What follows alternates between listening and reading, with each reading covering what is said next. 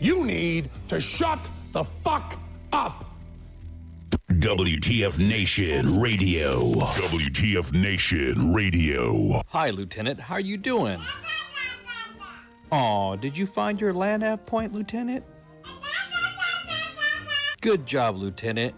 You get a Expert Action Badge. put on your uniform right, Expert Action Badge. show up to work on time, Expert Action Badge. qualify on your weapon, Expert Action Badge. Badge of Action. find your guide on. Expert Action Badge. That's right. Just doing your noble warrior task and drills, you get a Expert Action Badge. Each item sold separately. Batteries not included. Objects in mirror are closer than they appear. If conditions persist, contact a physician. Individual results may vary. Keep out of the reach of children. Avoid prolonged exposure to direct sunlight. Keep in a cool, dark place. And Please enjoy the show. Shots. Shit in a bag, Pogue. Badge of Action. The voice of U.S. Army. WTF Moments. This is WTF Nation Radio. Action Badge.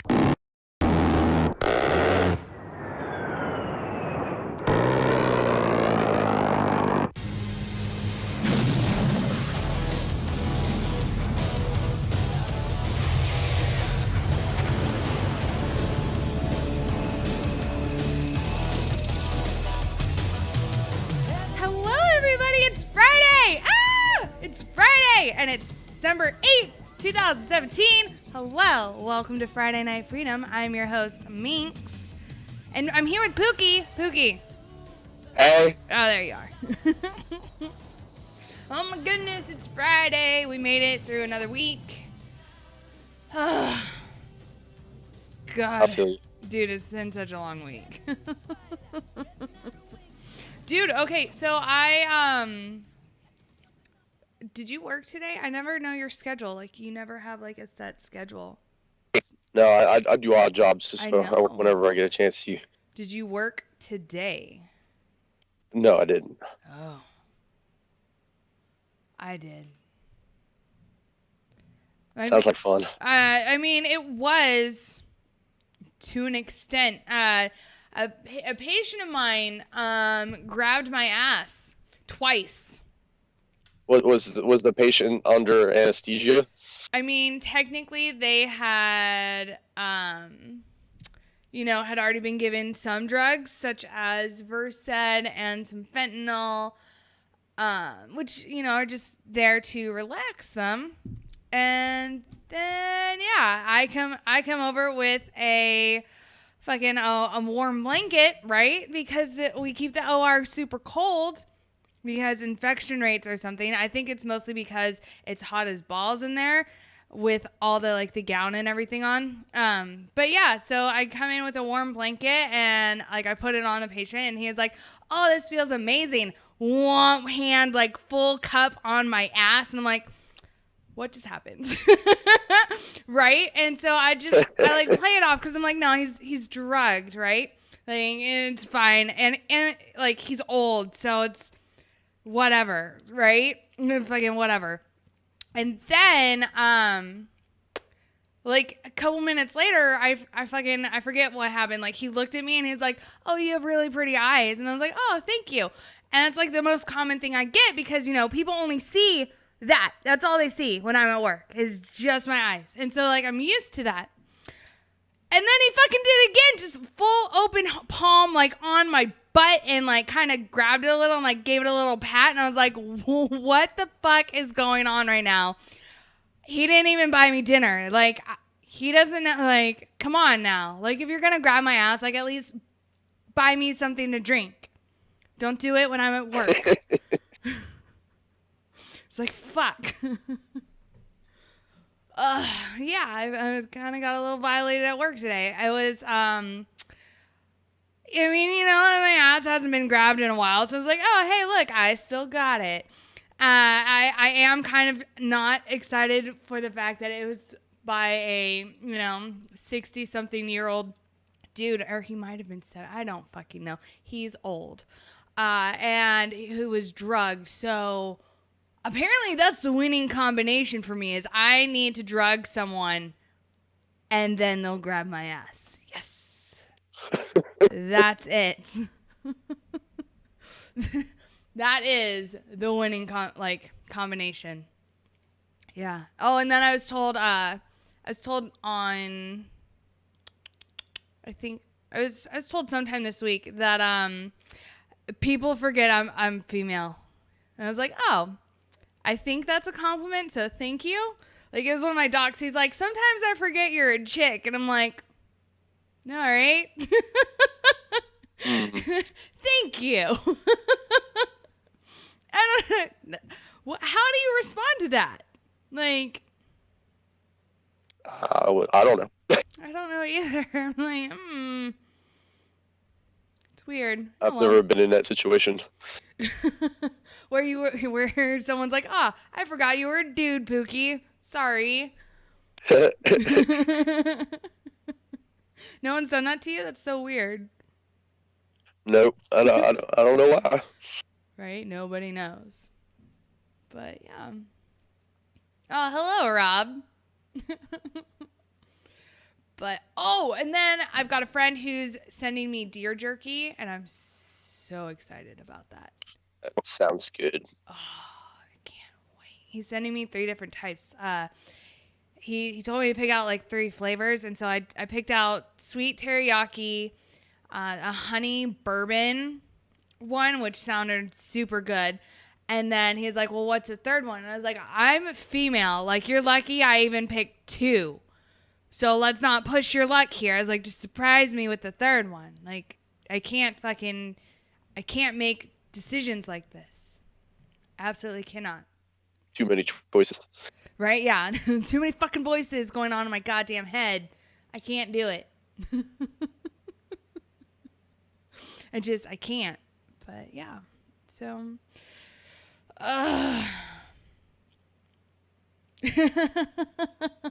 Interesting. do what? I said interesting. Yeah. It's a lot of voices. Well, no, not really. It's only like, a couple. But Well, that's good. But no. So that was, I think that was my week. Trying to think if anything else exciting happened. No. I live such a boring life. I think mine's more boring than yours. You've got a new cat, though. Yeah, I guess. No, you do. Like, she totally adopted you. Yeah, I got drunk last night, and apparently I let her in the house, and she was just sleeping on my chest this morning when I woke up. That's so cute. Oh, okay. So speaking of cute, I don't know if you guys heard the beginning of the show where, like, you heard that little baby go, like, ah-da-da-da-da-da-da. Oh, my God. Okay, so, obviously that was Ice doing that little singer thing about that stupid Army action badge, or expert action badge. But then, like, you hear the little baby, ah-da-da-da-da-da, like, my ovaries pretty much explode every time that happens. I'm like, oh, God, it's so cute. I need one. I didn't work with any kids this week. Oh, no, that's a lie. I worked with some on Wednesday. I almost surprise adopted one of them. She was so cute. She was this little 3-year-old. And, like, she may have been drugged by the time she got to me, which is fine, whatever. Like, again, I will take all the love and attention and affection I can get. I don't care if you're drugged. I'll fucking take it. I don't care. Whatever. But but yeah, so this little girl, like, she gets into my OR and I'm like, hey, come over here to this bed. And she, like, crawls over and curls up into my arms and, like, cuddles against me. And I'm like, I'm taking you home. Taking it home. You'd regret it. I don't think so. I mean, possibly after the cops got involved, then I'd be like, all right, I regret this decision immensely. I understand, like, in some cultures it's called kidnapping. I understand. But until that point happens, no regrets. Like, not even a single letter? Not even a single letter? No? Yeah. But, and then So I like after I get off work, right? I needed alcohol because I can. And I went to Specs and I grabbed one of those like Shiner holiday cheer things. Like, see? Oh my God. I don't know where this thing has been my entire life, but holy fuck me. Is it good? Is it like a beer? Yes. It's a, what is it? A Bavarian style dark wheat. That sounds good. What is it? It's a Dunkelweizen. But it has peach and roasted pecans in there. It's so good. Like you did, like I opened it and I smelled it and it was like just like boom, peach, like right into my fucking nose hole. And I was like, so good. I usually drink like the coffee flavored shit. Oh, you do? Yeah, I like stouts. That's my thing. Oh, stouts are amazing. I just like beer, so don't get a body like mine without drinking beer. But yeah, it's so good. I just thought of I learned something new today. What's So there's there's turbinates inside your nose, right? Okay, so Wednesday I did nothing but like nose and like throat surgery. It was awesome. Like the doc's kind of a douche. And allegedly, he's been known to just throw extreme temper tantrums in the OR. I haven't witnessed any of these, but I've heard it gets rather intense. But yeah, so anyways, he kind of has this air of like, he's better than, people. And like, he's so much smarter. And so I just kind of sit there and I'm like, yeah, okay. But I learn new things when I'm in his room. So whatever. And he's always been nice to me. So again, whatever. Like I'll sit there and like bat my eyes and be like, yeah, okay. But the entire time I'm like, ugh, stop sounding like such a douche. Whatever. But yeah, so I learned that there's like these things in your like nasal cavities and stuff called turbinates, right? And well, on the lower inferior one, that's where like these cold receptors are. Which is why, and I never noticed this until he said something and I, actually paid attention. And that's where, these cold receptors are, which is why every time you breathe in through your nose, it feels cold. Even if you're in, a warm room, it feels cold. And how when your sinuses are, stuffed up, when people rub, that the Vicks Vapor Rub on their chest, that fucking shit is fake as fuck, and it doesn't do anything to open up your sinuses. All it does is just activates those cold receptors in your nose to make you think that you can breathe again, when in reality, you really just can't. That's interesting. Right? I learned something new, and I was like, oh, okay. But, now, breathe in through your nose, and, really think about it and you're like, oh shit, yeah. True story. Did you do it? Or are you a mouth reader? I'm outside right now, so it's cool to just shit so I can know a difference.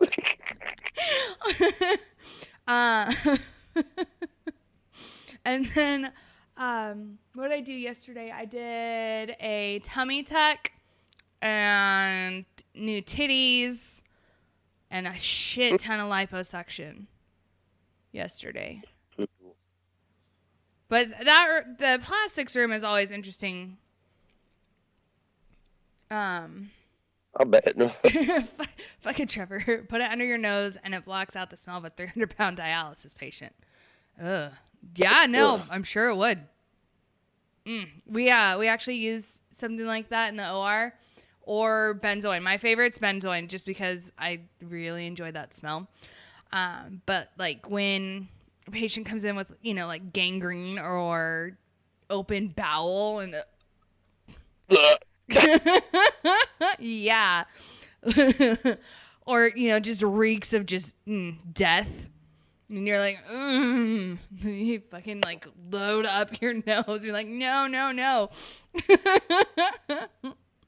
At that point, you put ammonia under your nose. Shit. No, I don't feel like passing out though. So there's that. You gotta weigh your options. Like, do I stay conscious or do I not? But yeah, no, I always learn a lot of weird shit in the plastics room. My plastic surgeon, he's super smart, very, very like highly educated. He's a veteran. He's a plastic surgeon in the Air Force. But before that, he was enlisted in the Army as an engineer. Find out new things from him every day. He's like, I always feel he mispronounces my name every time.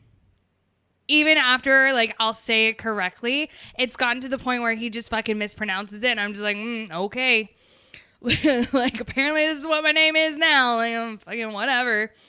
I don't care enough for him to, like, keep correcting him. Like, I'll even say my name in front of him, and he still, like, just mispronounces it. And I'm like, okay, whatever.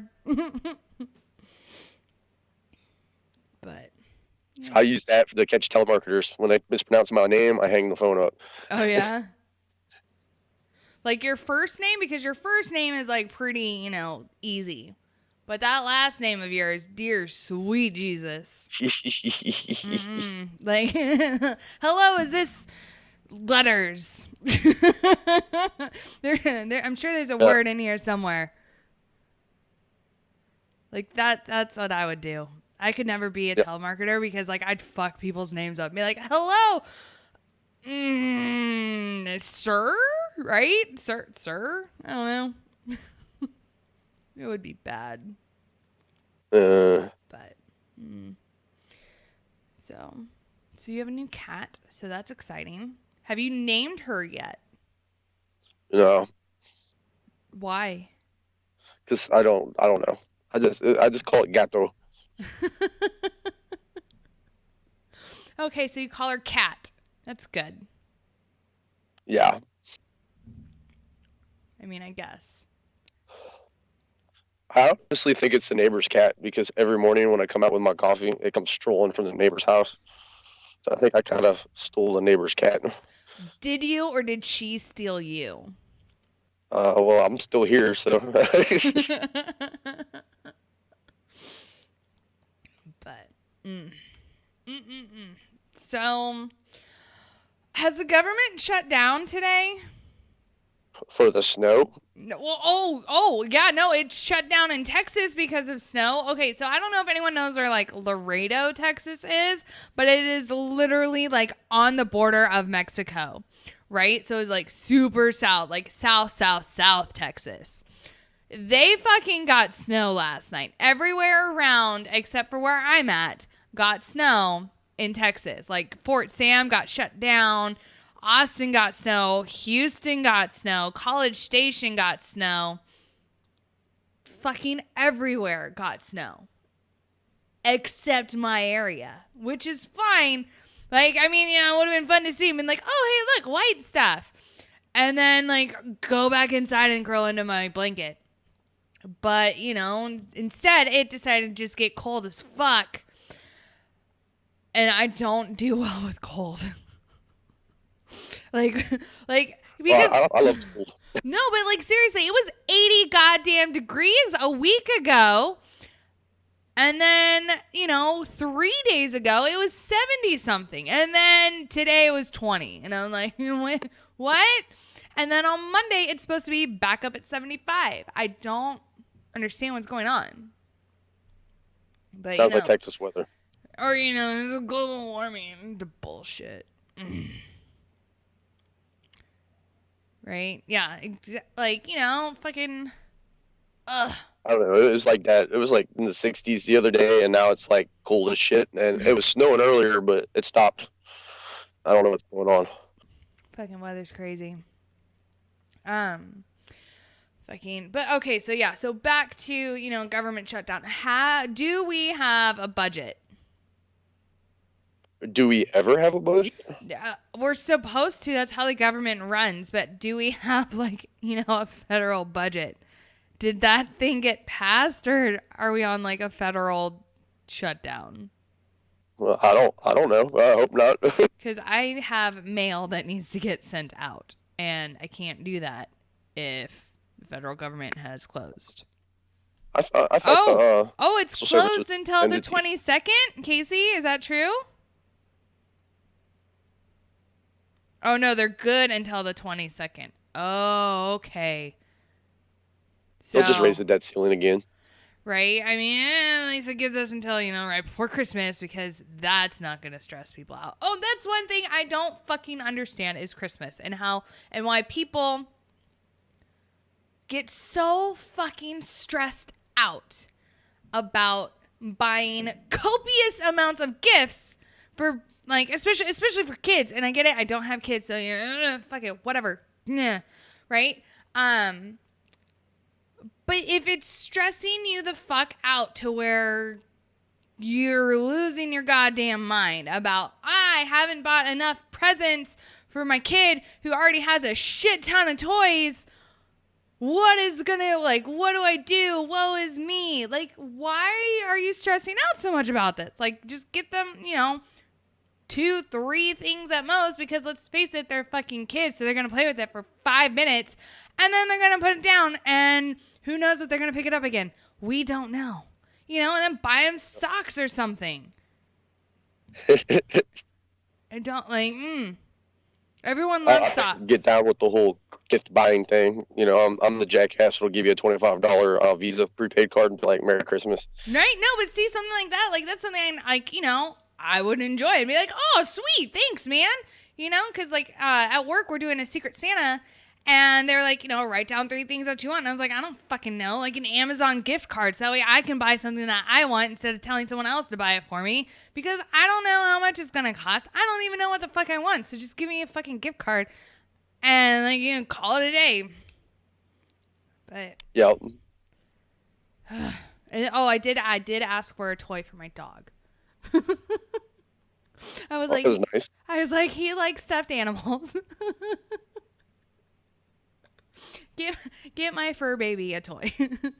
Because, like, but honestly, it's not like my dog's not spoiled enough. Like, there's toys everywhere. My dog is my kid, right? But I don't stress about getting him, like, not getting him the cool toy of this year, because he doesn't give a shit. You know, like. I know there's like a lot of like these like hot toy things every year they do. Yeah. And people be fighting over these stupid toys, and I don't understand it. I really don't. Been trying to figure it out for years now.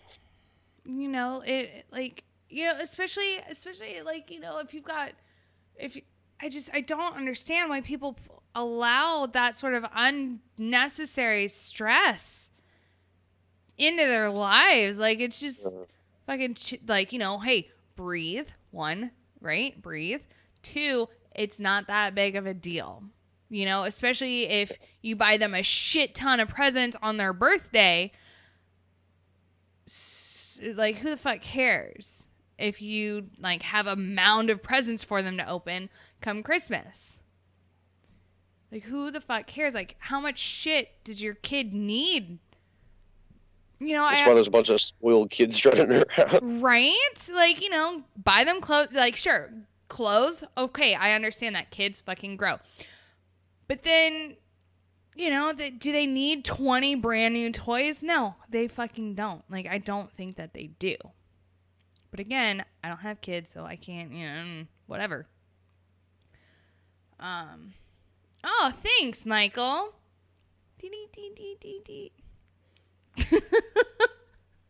Sorry, I'm a dork. I don't know. Thank you. I don't agree, but thank you. It's all the war paint. That's all it is. It's a fucking optical illusion. Like, we're able to fucking, females are like sly little creatures. Let me tell you, we can fucking shift how our face fucking looks. Well, I can't. I don't know how to do that, but some females can. Like, where they do that fucking contour shit and like the bones of about their to say. face. It's all about the contour. Like rearranged, and I'm like, who the fuck are you anymore? Like I can't do that. So this is my face, right? And I know how to enhance my eyes because they're stupid, like big, like, you know, it fucking takes a week for me to blink. And that's what I do. And then I'm like, okay, this is as good as it's gonna get. And then we go for it, right?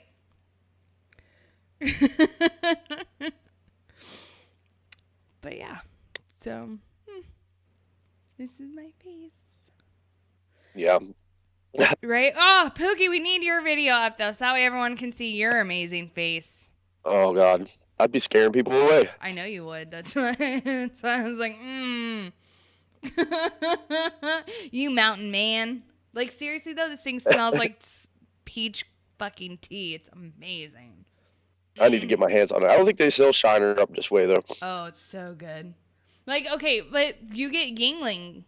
Yes, we do get Yingling. Which I don't get because I live west of the Mississippi. I fucking could get Yingling in Germany, but I can't fucking get it here in Texas because reasons. I don't understand it. And whatever. But yeah, no, you need some Shiner in your life. Yeah. Yeah. That's one thing I do miss about Texas is the good beer. Right? Oh my God. So We got some good craft beers up this way though. I mean, that's what there's I a lot heard. of breweries. I went up to like your area not too long ago. It was around, when was it? It was around Halloween, yeah. And I saw some of my family up there, and they were telling me all about how that's what they do now on the weekends. Like they're both, my aunt and uncle are both like retired now, and they're like, yeah, the weekends or even during the week, fuck it, we go to breweries and just get hammered. And I'm like, Yeah. awesome. Like, why can't I live closer to you guys? And then I remember it gets cold up there. And then I'm like, oh. And the cost of living is insane up here too. That too. The traffic's stupid. And then I remember all those things. I'm like, oh yeah, that's why I know. And then it got fucking cold as balls here in Texas. And now I'm thinking like, I need to move again, but go like south of south. So I'm thinking Florida's next. Because I'm debating on moving down to Florida actually.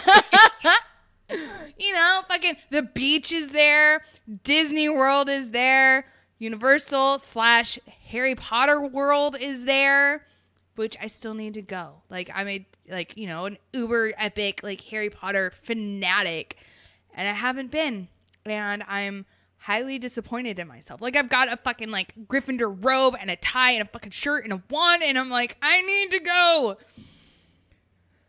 And Play some Quidditch. Yeah, right. And I'm in my 30s and I don't care. I don't care. Oh, my nurse and I were talking about big dicks earlier today. Oh God.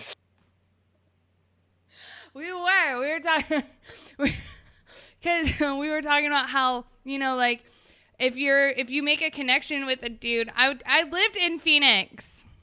I want to go to like a non-landlocked country. I love the beach. I love the ocean. Like those, I'm going through fucking like beach withdrawals right now. So I need to go to a beach, ergo Florida, because let's face it, the majority of the state is a beach, or at least where a lot of people are anyways, whatever. But so we were talking about like big dicks and how it's like a Russian roulette for females, right? Because like, yeah, it does, like, you know, the whole like, oh, size doesn't matter. It's all about how you use it.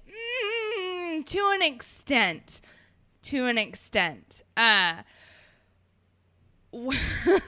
know, like you want to be able to feel something down there and not just be like rammed into and be like, well, I feel your pelvic hitting me, but like nothing going on the inside, right? Like we need that. And so So, you know, it's like a single female who's getting like back into the dating scene. If you make a connection with a guy, then it's like, like it's kind of a shallow thing to do, but fuck it, whatever. Like we all fucking do it. We in the back of our head, we're like, please don't have a small dick. Please don't have a small dick. Please don't have a small dick. And then you see it and you're like, then it's become, then it's, like either like, oh, thank God. Or it's like, son of a bitch.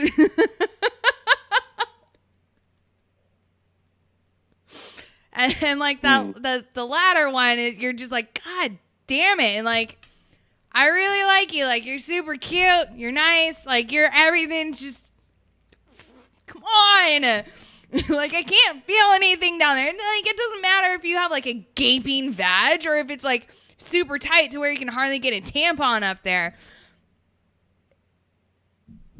Like, if you need to feel something.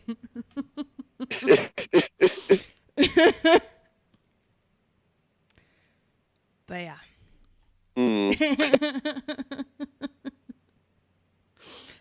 That was a conversation my nurse and I had today. It was great. It was a fantastic conversation because her husband is a lot younger than her.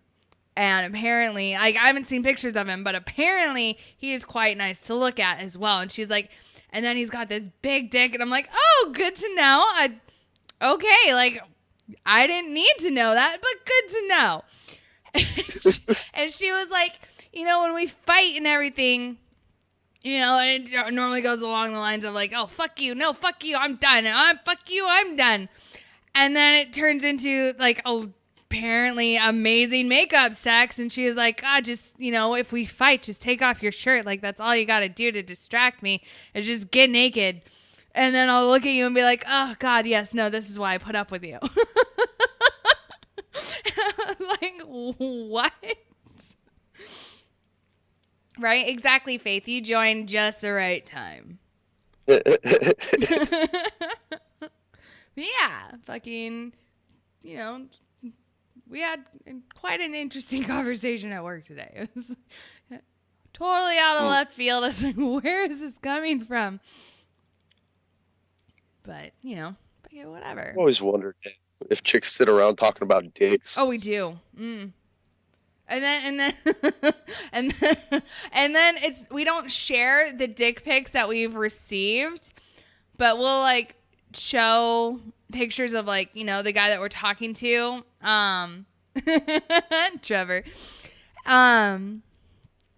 So we'll like show pictures like of faces and or like shirtless pictures of like who we're talking to or like who we're fucking or who we're with or like, whatever. And so you're like, oh yeah, no, he's fucking adorable. Like he's nice to look at. Like, yes. And and then you're like, oh, look at this one though. Like, look at the guy I'm talking to. Yeah. So we compare that and then, but we don't show off any like dick pics that we get, those are for us, right? And so I think we kind of expect the same in return from males where like, yeah, you can show off, clothed pictures of me. But any sort of like naughty pictures of, like full body, like nudity or like even close-ups of like titties or vag, like please don't show those to everybody because I'm not going to go around showing everyone your dick. So, fair is fair. I don't know. But yeah, no, that's what we do. We talk about it a lot. Yeah. It's like, or we'll talk about, like guys' different like oral technique and how either it's like, oh my God, like I almost like died last night. It was amazing versus like, I don't know what he was doing down there, but it was just wrong. It was just all wrong. Like that fucking goat. Oh my God. Okay. Oh man. Wait. Do it again.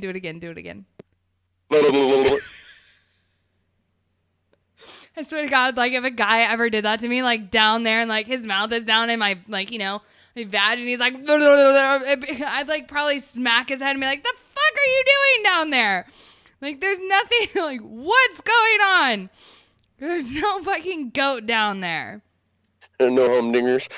No. No. Like, stop it. What do you, like, you know, because it sounds like, what are you doing? Like, you're trying to summon a demon down there? Like, what's going on? Stop it. Oh, wow. Yeah, no, it's conversations about, like, if you see a bunch of girls, like, all together laughing uncontrollably, we're probably talking about sex or a really bad sexual experience that we've been through. And so that way everyone else can feel our, like, pain. And be like, oh my God, it was so bad. Bye, Jason. Oh my God. Trevor says that he's hung like a boa constrictor. Does it move on its own? Like, does it constrict things? Now, inquiring minds need to know. Is it like a dolphin dick? What the fuck? A what? What? A dolphin dick. You know, like dolphins have like they're like an appendage almost. They can like move it at free will and shit. What? I don't know. Don't ask me how I know this. Pookie, no. Inquiring minds need to know now. I know, it's just like some weird shit. You know, dolphins are like notorious rapists. What kind of fucking porn are you into? No, those are instructional videos, damn it. Oh, sorry. What kind of instructional videos are you into? Like how to have sex with a dolphin? Like how to pick up your local dolphin? No. Do what? I said I'm not into that bestiality shit. Fucking Trevor. Play a flute and you might find out. That's a cobra, Trevor. Get your snakes correct. Oh my God, Faith. Yes, Pookie. I thought she said play this flute, but I can't read because I'm dyslexic, so... Lystexia sucks. Right? Wait, they call it flipper. Oh my God, no, Kyle, no, I'm not going skinny. The only place, well, no, I can't say I've never gone skinny dipping. That would be a lie. You know, they got them fish, right? That's scary shit. Oh, that swim up your pee hole? Yeah, don't mess around with that shit. And there's this fish called a pacu, and it's notorious known for it's called a ball biter. It's notorious for taking dudes' dicks off. Well, I mean, obviously, dicks look cold, or dicks when they're cold, shrink. Apparently, it thinks it's a worm or something that it can eat. So, I don't know what to tell you. But yeah, and so that's what you come up against when you walk in on a group of chicks laughing hilariously, especially if there's only one talking and she starts getting really loud, which I normally tend to do when I'm telling like my embarrassing sexual stories. Like, oh my God, it was so bad. like we'll get on this tangent at work. And then like the majority of like all my nurses and all the techs that I work with were all females. Like the only males in my department are either the surgeons or anesthesia providers. That's it. So we'll be like, all of us fucking chatty hens are like just fucking going at it, right? And then a dude will walk in and he's like, I don't know what to do with myself right now. Like, what the fuck is going on? And we're like, we're talking about small dicks. And then that's when they normally leave. See, I have that problem when I walk in a room with a bunch of people talking to get real quiet. Allison, fuck yeah, you can come work with me. It's a great time. Lots of drama because, again, it's a lot of females. So, that's fun. Too much estrogen floating around for me. Right? And then, yeah, no, seriously. It's fucking, no. Like, it's like, oh my God. Trevor. Trevor says that he once farted in line at Walmart and made 3 different women think their babies shit themselves. Like, I don't know if I should be impressed or disgusted. No, that's epic. Good job, though. I'm notorious for in Walmart. I'll like run down an aisle real quick and crop dust the aisle, and I'll just stand at the end of the aisle, wait for someone to walk down there, and they catch wind of it. And I'm just like, Oh my God, Pookie, you're so. What the fuck's wrong with you? I'm a little twisted. A little. Oh my God. Oh, okay. So speaking of crazy bitches, okay. Right? Oh. Allegedly, a couple of Hillary Clinton supporters are plotting to falsely accuse Bernie Sanders of sexual assault. Wait, what? Yes. So apparent Hillary Clinton supporters on Twitter are plotting to falsely accuse Senator Sanders of sexual harassment in order to force his resignation. A tweet sent at 0914 on December 7th by Gabrielle Fan reads, quote, "Who's ready to be an anonymous caller to say Bernie grabbed my waist during a selfie? All we need is 8 and we can push him out. Hashtag Al Franken." They're Hillary supporters doing this shit? Yeah. That makes absolutely no sense. Right? Well, no. I mean, even though I wouldn't mind seeing it out of the damn it office does. or anything like that, but It does make sense, though. And I'll get to that in just a second. So Fane's Twitter handle is at Gabby Fane, and her bio reads, quote, "We are the ones we have been waiting for," quote by Barack Obama, California, New York City, New Jersey, UK, California. What the fuck is PDX? no, it sounds like an exercise or some shit. Right. And then hashtag still with her. Excuse me, Gabby. She lost. So I'm so confused. right. So notably, Fane's bio also contains a donut emoji, which is widely understood among online left-leaning communities to be a symbol for liberals and Democrats opposed to socialists and the so-called Sanders wing of the Democratic Party. I'm getting it now. A longtime supporter of liberal Democrats, Faines penned an election eve Facebook post on November 8th, 2016, which was decidedly anti-Trump and apparently pro-Clinton. She wrote in an introduction to a letter for the principal at her daughter's school describing racist and anti-Semitic incidents. Quote, "A letter from my daughter's school. For those who think that," oh God, her grammar is just bad. It's just bad. "For those who think that it's the wrong there, is nothing to worry about with the Trump presidency. This is real, and I hate that my child and other children have to deal with this in 2016. Hashtag Trump, hashtag Hillary, hashtag election 2016. Hashtag. Right. And then she apparently posted a video criticizing Donald Trump's record on LGBT issues and praising Clinton's, which, no. Right? I understand that. Old Willie there. Right. No. Right? Yeah. Right. So anyway, so Fane followed up her original tweet by writing, "I'm sorry, but I don't think the things Senator Franken was accused of were the sexual assault, and a few of the accusers were anonymous. I know you Bernies like to think things have always been the same, but 10 years ago, things were different."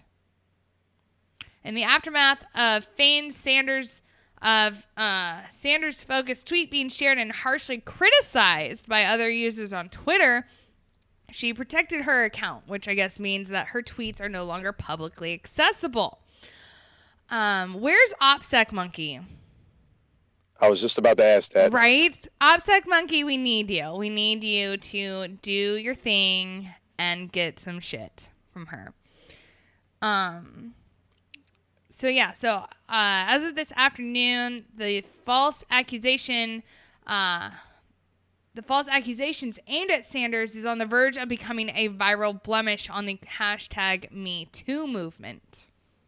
So for those of you who don't know, that hashtag #MeToo thing that, was going around a couple weeks ago, it was basically a way for people to make it known, like, hey, I've been a victim of sexual assault or sexual harassment or sexual misconduct too, and I'm still here. Like, if I can, about to sneeze. At you. Oh, no, it's like right there though. It's like Purple elephant. Okay. So that whole thing. Right? Yeah, no, my dog's awesome. There he is. Hello. But yes. So back to what you said in that you don't think it would be something that liberal women would do.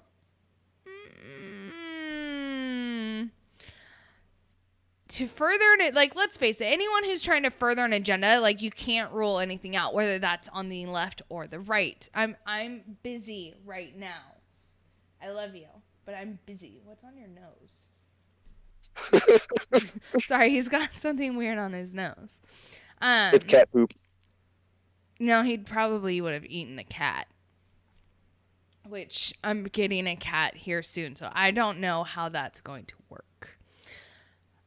Anyways, so, like, anyone who's trying to push an agenda, whether that's, again, for the left or the right, it doesn't matter what the truth is. And if getting someone to resign,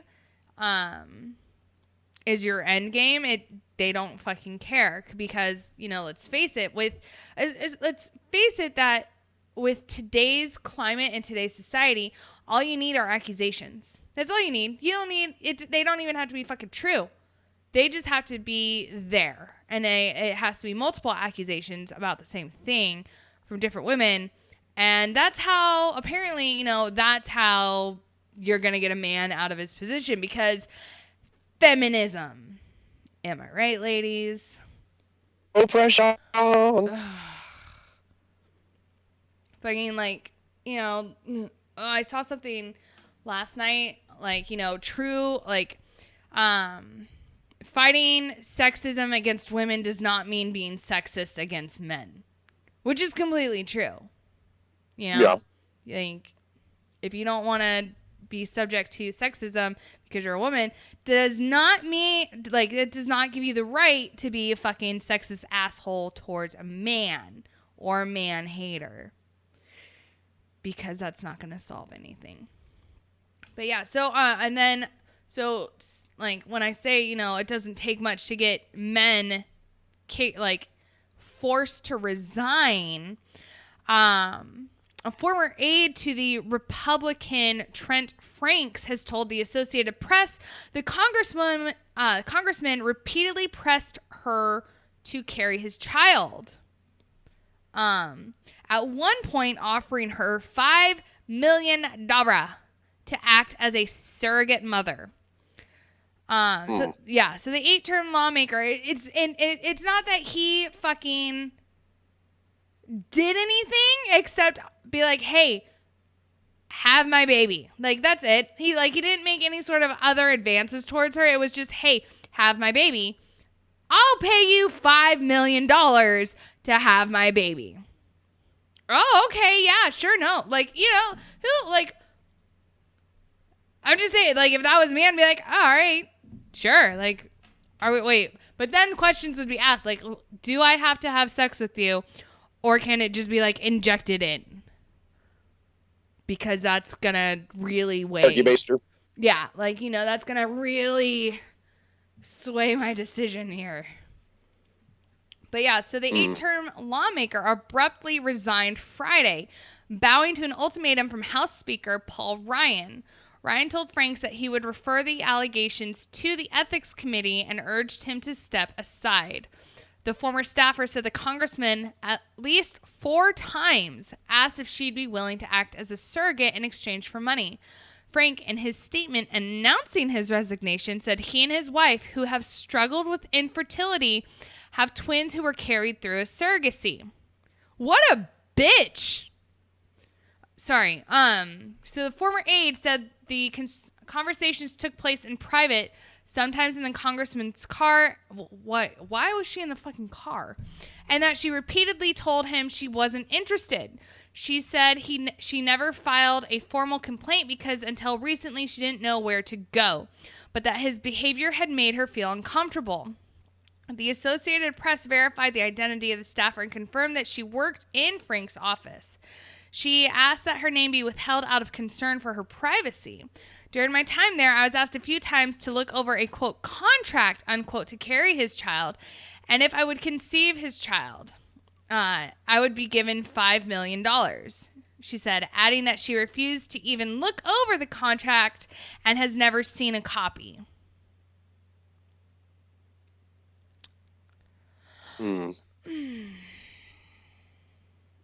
That's a tricky slope. Right. And okay, so yes, exactly, Evan. It is because I have baby fever. That is why I'm kind of angry that, you know, just because, you know, like I have been struggling with infertility, you know, myself, and like my best fucking friend has offered to be like a surrogate for me. And it's like, oh, awesome. I don't have to fucking knock one down if it comes to the point where if it comes to the point where I get too old to have one myself, you know, like at least I get like a plan C, you know, like there's a couple other plans like involved before I get to that point, but you know, fucking you guys get what I'm trying to say.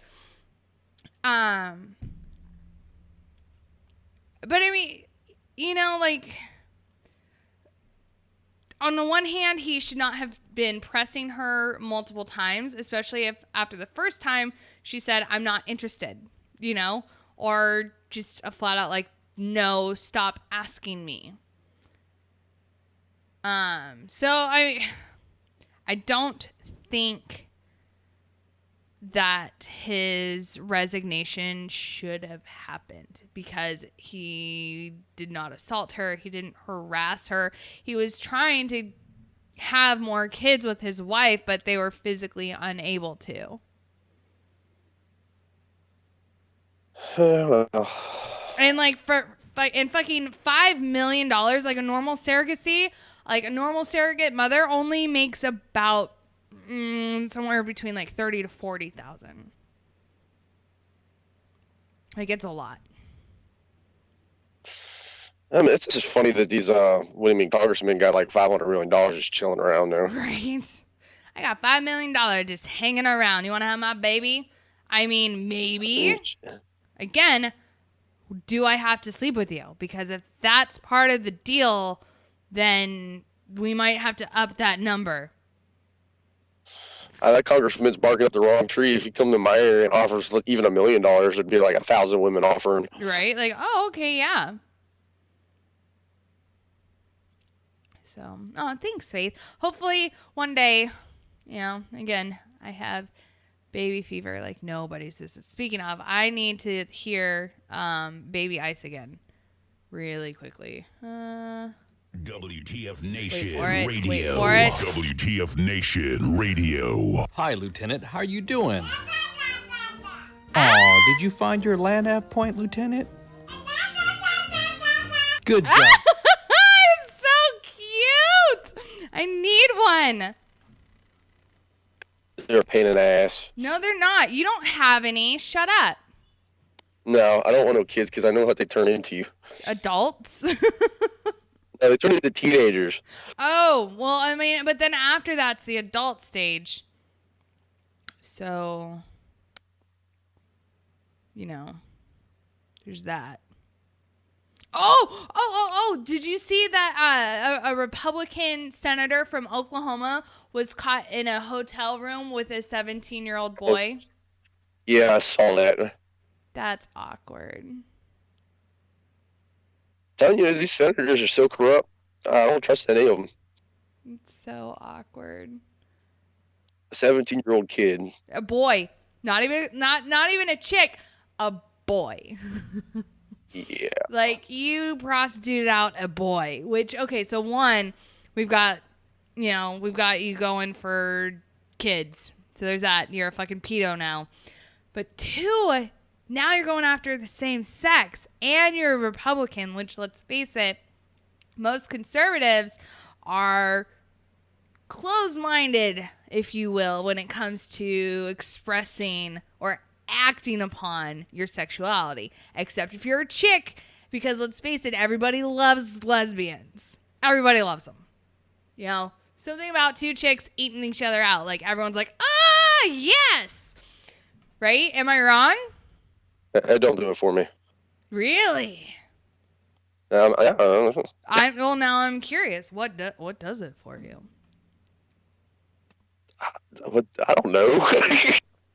That was an on-the-spot question. You brought it up, how, like, you know, most people, whether it's male or female, really, like, they're like, oh, yeah, 2 chicks getting it on. Fuck, yes. And then you're over here like, no, that doesn't do it for me. Well, now I want to. Now I want to know. With lesbians, so it was just kind of weird for me to think about that shit. Right. That's right. You've got 2 moms. I forgot. I'm sorry. Yeah. Scissor me timbers.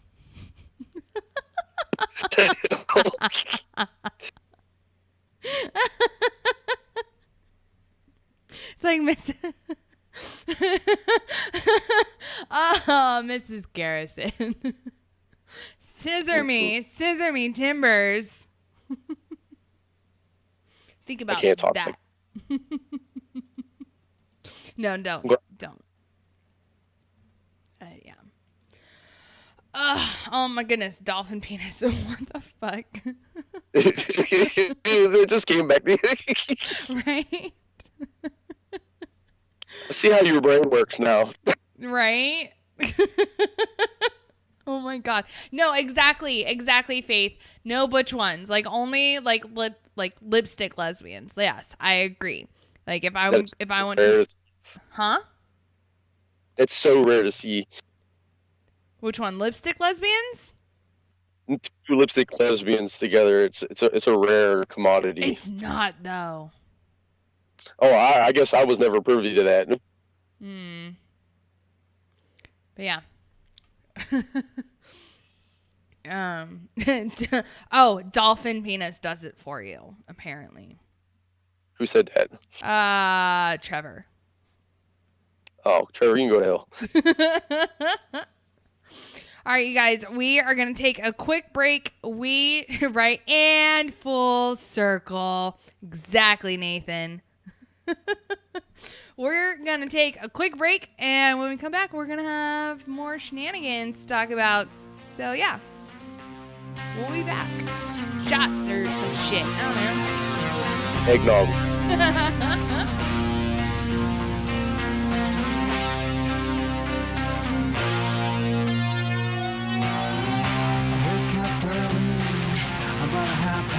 Noon. Gotta get it together, I gotta stay in tune. Same time's against me, but I hate to rush. Gotta keep it between the lines until I hit the dust.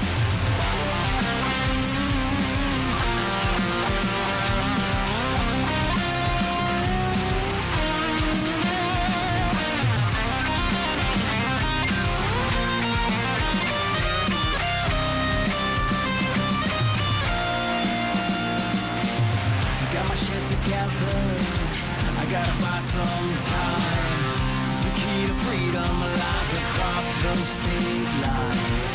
It's a daily ritual, this game I play. In the life of a shadow man with a debt to pay. Hit the gravel with my hand on the radio. Here I am again, driving on the road to nowhere.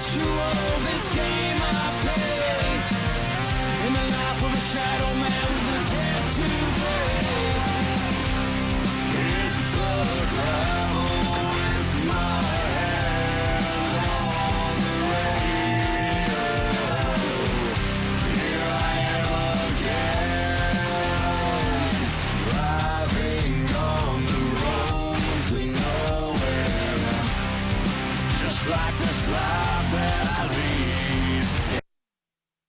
Take me anywhere. But I was born to travel along this lonely road to nowhere.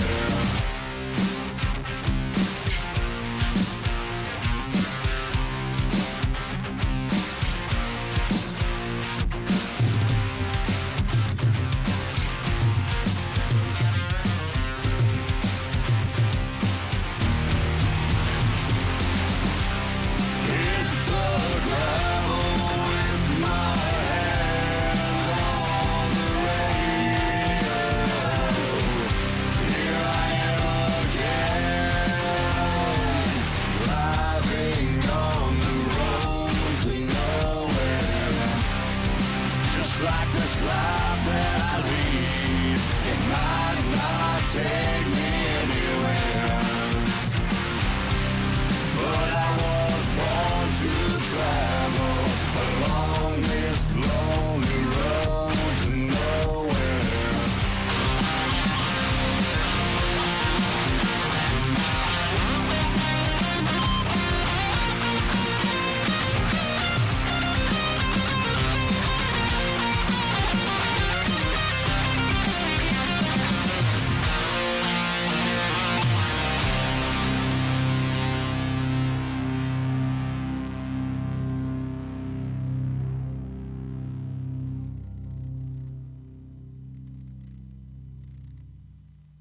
WTF Nation Radio. WTF Nation Radio. Hello, no one is available to take your call.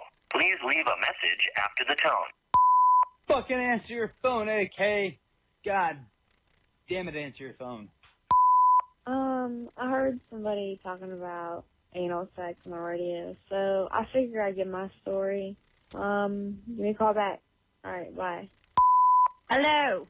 I don't know what you're trying to do with all these British accents, but I'd really like it if you could call me back so I could read something for you.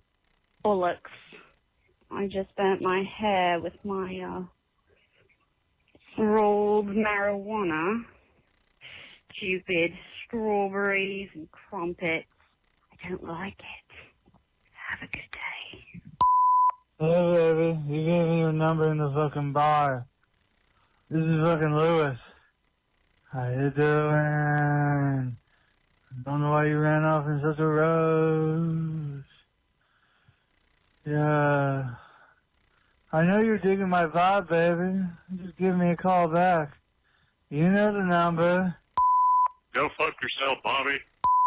Hey, just want to talk about your guys' radio show and how awesome it is and the other guys sucked. Anyway, yeah, make America great again. I don't know how to use this. Oh, velvet is. Put the monkey down. Oh, God. Never mind.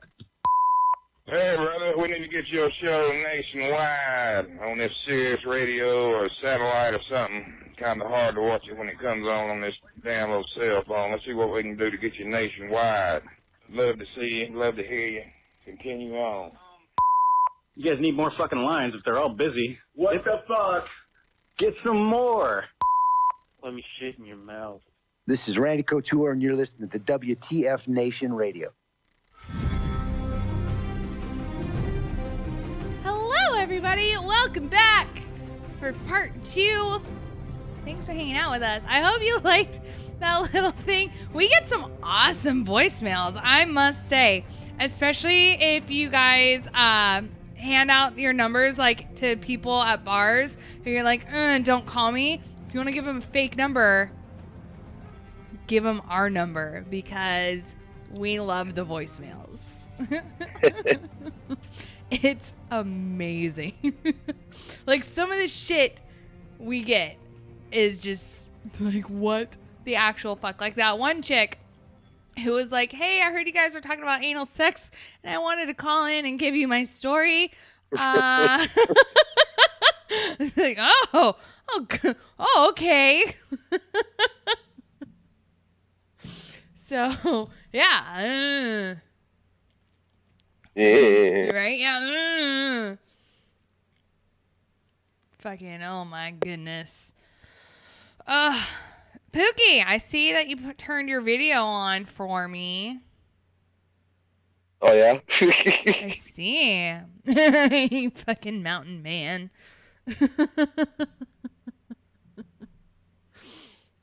No, my goodness.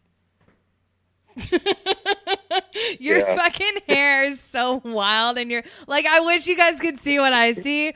I kind of want to like grab my camera and show you what Pookie looks like, just so you have an idea. Pookie, do I have your permission to do that? You go ahead. I don't care. Oh, good. This is going to be so good. It's going to be, hold on, I gotta.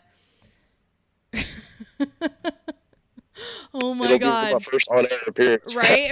Everyone, Pookie's first on-air appearance. Like, I'm sorry if the camera gets all like wonky and shit, but I don't know what else to do. So just, everyone just hold on. Oh God. Little engineering. There's Pookie. Total mountain man. Yup. All right. Oh God. Oh God. Oh, there we go. That was easy. For you. Hello, Holly. Nice to see you again. But yeah, that was Pookie. Like I said, total mountain man. Oh my goodness. So apparently you're into science, correct, Pookie? Yes, I am. Sorry, I was on a mute button. Damn it. Well, according to scientists, they claim that humans have peaked and will never be taller, stronger, or live longer than we do today. Interesting. Yes. So if you look at the entire timeline of human existence, but you know what that means? It means it's time for a purge and or mass extinction. We need some natural selection is what we need. That too. Yes. So if you look at the entire timeline of human existence, we live longer in modern times than we ever have. Well, no shit. Like, fucking duh. That's an amazing thing. Right? Science. Ugh. Vaccines. They're amazing.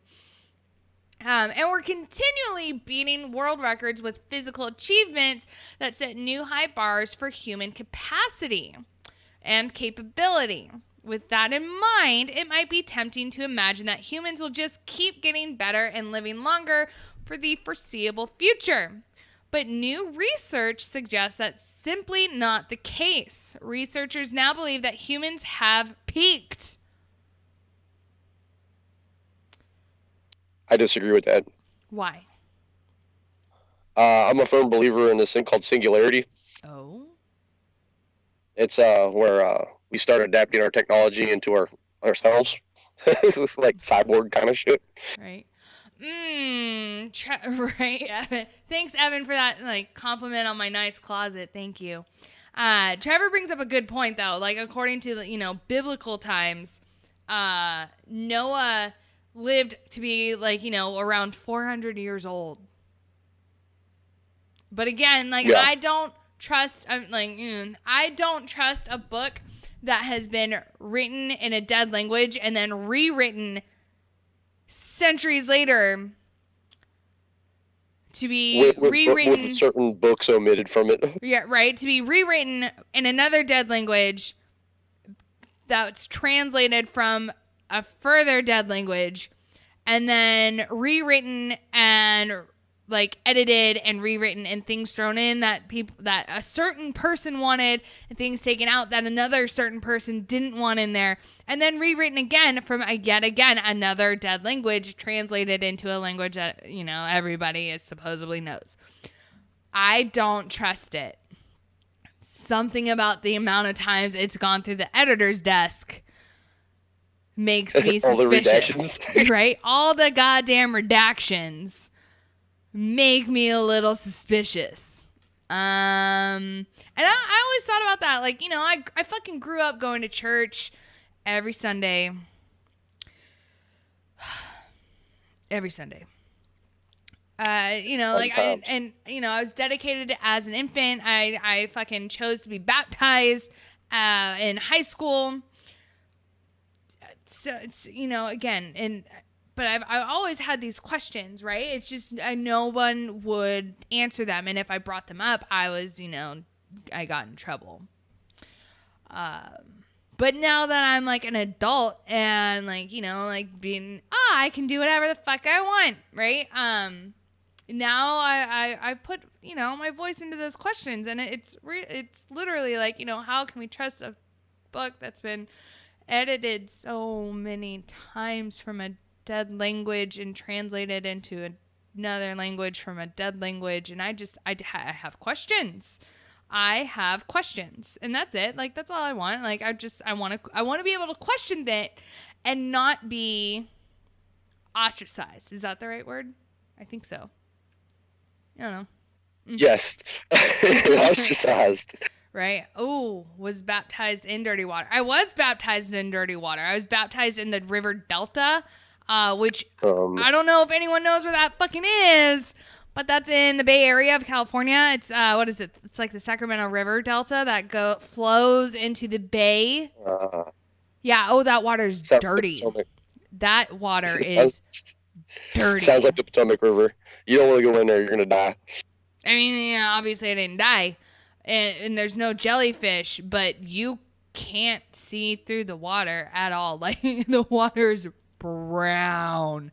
Like, you can literally like just barely submerge your hand or your foot, and it's gone. You can't see it. Nope. Yeah, and oh god, and like fucking, and there's like big ass sturgeon in there, and like yeah. The Potomac has snakeheads, and yeah, they're evil. Oh my god, Pookie. Yeah, I know. Can I show everybody? Yes, what? Oh my god, oh my god, oh my god, oh my god. Everyone, here's Pookie. Isn't he just spectacular? Yes, bathe in the glory. Oh my god. Pookie. Is that a muzzle loader? No, this is a regular old shotgun. Are you sure? I mean, I could convert it over to a muzzle loader if I wanted to. You got to pack that powder down. Oh my god. Holy shit. Yeah, that's my headshot for my acting career. Fucking Trevor. This dude's hilarious. Put a black bath bomb in your pocket, then get baptized. That's actually pretty awesome. Oh my god, I love it. No, my buddy did that one time when we were younger. We went into a Catholic church and he threw the, you know, they got the holy water sitting there. He threw it on him, and he started screaming bloody murder and ran out. That's amazing. Fucking yeah, no, people like, you know, ever since I was like, oh yeah, you know, I'm a witch or whatever, you know, I practice witchcraft. Everyone likes to joke with me and like throw water at me, and I'm like, it doesn't work that way. Like, I shower, so I don't melt when water hits me. And holy water doesn't affect me. I was confused there for a second. Do what? About the water thing. Why would they throw water at you? Well, you know, about it. Like, it's like, stop. The power of Christ compels you. And so, stop, you're getting my hair wet. Stop it. Like, that would be my reaction, especially if I had straightened it and I'd be like, stop, it's going to get frizzy and like curly. Stop. Do you know how much time this took? It takes a while. It does. It does. So I straighten my hair once a month. So you know, like, you've got to fucking dry it and then you've got to fucking straighten it. It's a lot of work, and I'm not super girly. So like, literally my hair is either straight, and like this is doing my hair and like, I'm gonna be like fancy, I'm gonna straighten it, because I don't know how to do like the fucking curls or the waves that like 99% of the female population knows how to do. I don't know how to fucking do it. I'm not coordinated enough. I'll burn everything to the ground if I tried. So, fuck you, Evan. Such a dick. I could put curls in my hair if I wanted to. But no, you know, like, or if I want my hair like curly, I get it wet and then I hope for the best. And I'm like, well, let's see what happens today. But seriously, fuck you, Evan. But you like being wet. Shut up. He's my friend. Evan knows me in real life. Fucking asshole. He's so mean to me. But yeah. What are friends for? Huh? I said, what are friends for? Right? If your friends can't make fun of you, are they really your friends? No, they're not. Oh, you might like this. So the House of Representatives has passed a controversial measure Wednesday that could allow gun owners with concealed carry permits from one state to carry them into other jurisdictions. The concealed carry, oh God, I can't say that word. Reciprocity, is that? I don't know. Reciprocity? Reciprocal? I don't know. It's one of the NRA's top legislative priorities, passed in a largely party line vote of 231 to 198, sending the measure to the Senate. Gun control advocates urge that the proposal would effectively loosen gun control laws in tightly restricted locations such as New York City or Chicago. The bill also contained measures requiring the Department of Justice to produce to Congress a report about bump stock modifications, and another that tightens national instant criminal background check system reporting requirements in the wake of last month's church shooting in Texas, perpetuated by a gunman whose prior domestic violence conviction was not reported to the system, which again, that's on the Air Force's, that's on the Air Force's ass. The Air Force done fucked up with that. Department of Defense. Right? Right? Exactly. So, I mean, everyone fucking conceals carries in, New York City or Chicago. They just don't do it legally. So, again, What's the goddamn issue? Because this is already happening. People already fucking do this.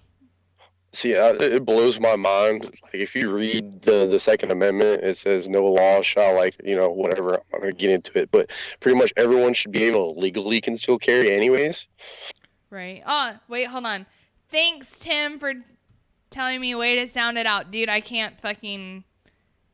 I can say it. Dude, I don't know. But I can fucking... I can say words in my head... And then I can't get them to come out my mouth hole. I can't do it. So yeah, I have to literally sound it out and be act like I'm fucking 6 years old. Hooked on phonics. Because I can't read apparently. Wait. Whoa, what about Landstuhl, Germany 2012? Do I know you?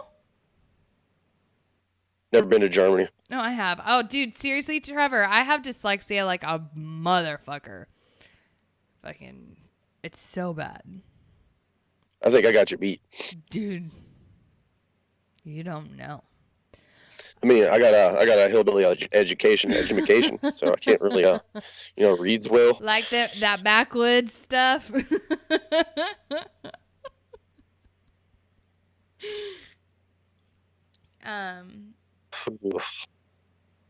Holy shit! Apparently, I do know him. Hello, Tim. 2012 in Germany, I was drunk most of the time, so I'm sorry if I don't remember you. That sounds legit. Germany, drunk all the time. Boom. Sorry. But, Sean, I don't have dyslexia. I just can't read. Oh, holy shit. What's up, dude? Oh, now you know him. Yeah. And Tim survived. Hell yeah. What's up? Holy shit. But anyways. Hi. Shit, more people know who I like really am. Fuck. Right?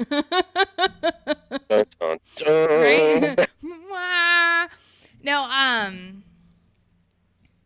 but yeah, so I don't know, like people already fucking conceal carry without having concealed carry permit. But Evan, fucking Texas is a constitutional carry state now. So technically you don't need one for Texas. When did that pass? Not that long. Did it pass? I know Governor Abbott's working on it. So whether or not it passed already or not, I'm not 100% sure, but I know that's like, somewhere in there. The state I live in is open carry, so you don't need a license if you have it strapped to your hip and they can see it. No, I definitely conceal carry. I take it into work with me, even though there's a sweet little sign that says, like, don't bring your firearms in here because, Texas. So they've got those signs everywhere, right? I still do it because, It's kind of pointless to have it just chill in a car when you need it. Right? Well, it's just, like, what's the one place a shooter is going to go? Somewhere where people aren't going to be able to shoot back. One of those places being a hospital. Because, again, like, we're not supposed to bring our weapons in there. My section, good Lord. Because I know for a fact I'm not the only one who does it. So people can try. They're not going to get far in my goddamn section because we've got a lot of pro Second Amendment. We've got a lot of hunters. We have a lot of veterans who, they know what the fuck they're doing. So good luck, anybody who tries to shoot up my hospital. You won't have to wait for the cops to kill you. But yeah. Yeah, ever since all the school shootings have been going on, I know in my state, they've got a cop sitting at every school 24/7 now. Right. Which I guess is good, but, whatever. I mean, should they not, though? I'm a firm believer in that, wasn't there a school shooting like yesterday or some I think crap? So. Like, yeah, another one. Like, it's getting to the point where I don't think it's even making news at this point. Because they're like, it happened again. Like all the fucking murders in Chicago where they're like, oh, hey, look, another one. Anyways, back to the weather. Nothing to see here. But yeah. I don't know.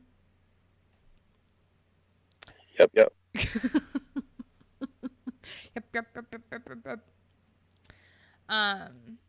Okay, so you know how everyone and their fucking mother is all like up in arms over President Trump declaring Jerusalem the capital of Israel? Yeah. So I saw a video today. I know what you saw too. By my favorite flaming, I can't say that word, even though he calls himself that. So my favorite flaming Baggett, but with an F. God, I love Milo. He's so fabulous. He's awesome. He's a lovable guy. He can't, whatever. God, I fucking love him. Anyways, right? But he, he's married now and only fucks black men, and so that rules me out. No, he's way too fabulous for me. I'd be like, what the fuck are you doing? But no, he posted a video and it showed the last 3 presidents that we've had. So, Obama, Bush, Clinton, where all three of them during campaigns were talking about how they were going to recognize Jerusalem and then establish, like, and move our embassy to the Israeli capital of Jerusalem. Like, all three of them fucking said that to thunderous amounts of applause, right? Then none of them obviously have done that. But now that Trump has said it and is actually put in the plans to follow through with a campaign promise, all of a sudden everybody is up in arms. And this is terrible and this is bad. And how dare a president actually follow through with his fucking campaign promises? Am I right? Like, how dare he? I don't know. I mean, people get on for eating a Big Mac, so whatever. Like, I don't. The previous capital was Tel Aviv. Was it the capital, or was it where the embassy was at? The capital has always been Jerusalem. It's just that because of Jerusalem and how there's holy places for each three of the main monotheistic religions in that one city, and how, you know, only one of them can't get along with the other two, which is why there's been that huge thing between Israel and Palestine and Gaza. For whatever reason, all of the embassies have been in Tel Aviv because I don't fucking know why. I don't know why. Because I guess if you declare that, you know, Jerusalem is the capital of Israel, now you're Islamophobic, or you fucking don't care about Muslim countries, or how dare you side with the damn dirty Jews. Like, we don't know. Or at least I don't know if anyone else does, so I can't say we. But, like, we as in me and, like, you know, my 5 other personalities. We don't know. So, apparently, like, this was a big hullabaloo about Trump being, like, you know, coming forth and, like, declaring that Jerusalem is the capital of Israel. Me, I'm over here like, okay, who the fuck cares what he declares as the capital or not? Like, if that's what it's always been, if the capital of fucking Israel has always been Jerusalem, then why is it a fucking big deal that a world leader acknowledges that? Like, why is that a big fucking deal? Why is it a big deal that we move our goddamn embassy there? I don't understand. And then on top of that, I don't understand why now Palestine has had this whole day of rage thing where 2 people are now dead. So at least 2 people have been killed in clashes with Israeli troops on Friday. Oh, hello. Oh, wait, hold on. WTF Nation Radio, you are live on the air. Who is this? Hello? Hi. So I've been watching your feed, and I saw you talking about the whole Jerusalem issue. Yes. And I thought I would weigh in here. Oh, awesome. Continue. All right. So, yes, the last 4 presidents have all said that Jerusalem should be the capital. All of them have declined to move the embassy there because it's a really, really, really bad idea. But why? Because so for the past 40 years, everyone has decided that, you know what, we need to let them work it out for themselves, right? So the Israelis, the Palestinians, all of the Arab nations, we're gonna bring them all to the table, and we're gonna make sure that they figure out, you know what, they're gonna work it out amongst themselves, because we are 1,000 years later. I'm sorry? No, keep going. That's 1,000 years later. Keep going. So really, like, we're on the other side of the globe. So we should probably leave it up to the people who live there to figure it out for themselves. Right? Mm-hmm. So every other president has realized, like, yes, they made it a promise that, yes, we need Jerusalem to be the capital of Israel. And then as soon as they get elected, they realize, you know what? It's actually not something that we should really be involved in. It's probably more of the people who live there that should figure it out. But there is no way for them to figure it out because they hate each other on principle. So how do you get two countries to figure something out when the mere existence of the one country offends every single neighboring country in that area? Yeah, and at the same time, if another country decided that Washington should be the capital of Canada, I don't think it would turn out too well. But Washington's nowhere near Canada. Exactly. But Jerusalem is inside of Israel. It depends on how you draw the borders. So let's go back to how Israel came to be, right? So after World War I, the British and the French and a whole bunch of like European dudes came down and they drew a bunch of random lines on a map and they said, you know what, this is now Israel, right? Because Israel existed like back in the 1940s. That's when it came to be, right? We displaced the Jews from Europe down to the Middle East, and we said, you know what, you guys have decided this is your homeland, so we're gonna put you here, and we're gonna draw a bunch of random lines, and here we go. This is it. This is your homeland. However, because there was so much consternation amongst the Arabs in the region, we decided, you know what, for now, we'll just leave everything we'll leave the embassy in Tel Aviv, and we'll leave it as is until you guys work it out. And they still haven't worked it out. So it really is not our place as Americans to have any say in the matter. I mean, but does having the embassy in the capital, which, let's face it, that's where all the embassies are located, are in the capital. So why? In Tel Aviv. Huh? In Tel Aviv. But Jerusalem's the capital of Israel. So all of the embassies are in Tel Aviv. I know. So why is Israel then the only country where all of the embassies are located not in the capital? Because if we put the embassy in Jerusalem, so okay, you got to realize. So when we talk about Israel, you're talking about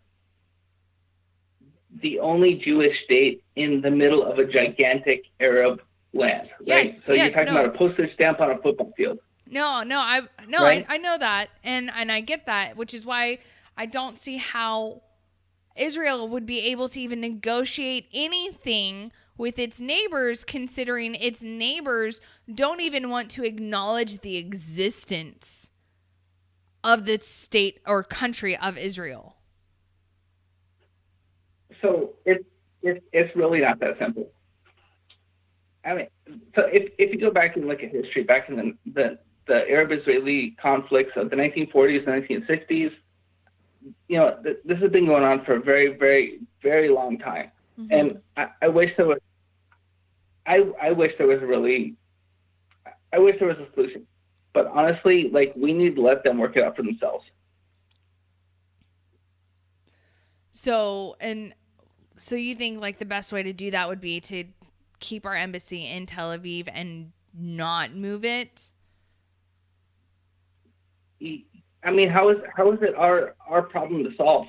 I don't think it is our problem to solve, but I don't we've got our Cuban embassy in fucking Havana, and we don't fucking want to acknowledge that Cuba is even a country because, you know, they're damn dirty commies. But you know, our embassy is still in their capital. So why should our embassy not be in the Jewish capital? So for the last why does it 60 matter? years, I guess my question is why does it matter to the neighboring countries where we put our fucking building? It matters a lot because all of the embassies are in Tel Aviv, right? So for the last 60 years, we've decided that, you know what, we're going to stay out of this until like the Arabs and the Israelis sit down at the table and figure it out. Mm-hmm. They have not yet figured it out. No. So why are we going to stoke the fire, and all we're going to do is cause chaos? I don't know, dude. That area is already chaotic, so I don't know. Yeah, it's just me. Why are we going to make it more chaotic? Why not just like sit back and relax and let them figure it out for themselves? I mean, Kaz brings up a good point. How is it my problem? Huh? How is it our problem? It's not our problem, but Israel is one of our closest. Israel is our closest ally in the Middle East. Are they, or is Saudi Arabia? I would go with Israel. Ooh, Saudi has who oil. has more money? Now, Saudi has oil. However, if it had, Israel has always backed us up, no matter what we've fucking done. Israel's like, oh yeah, fuck yeah, go USA, right? Saudi, however, has oil, and we give them our money. When has Saudi Arabia not backed us up? Well, they kind of have to because we give them a lot of our money. There you go. So Saudi Arabia is like bigger, more powerful, has more influence in the area. And not that I have anything against Israel, but like, what do they really bring to the table?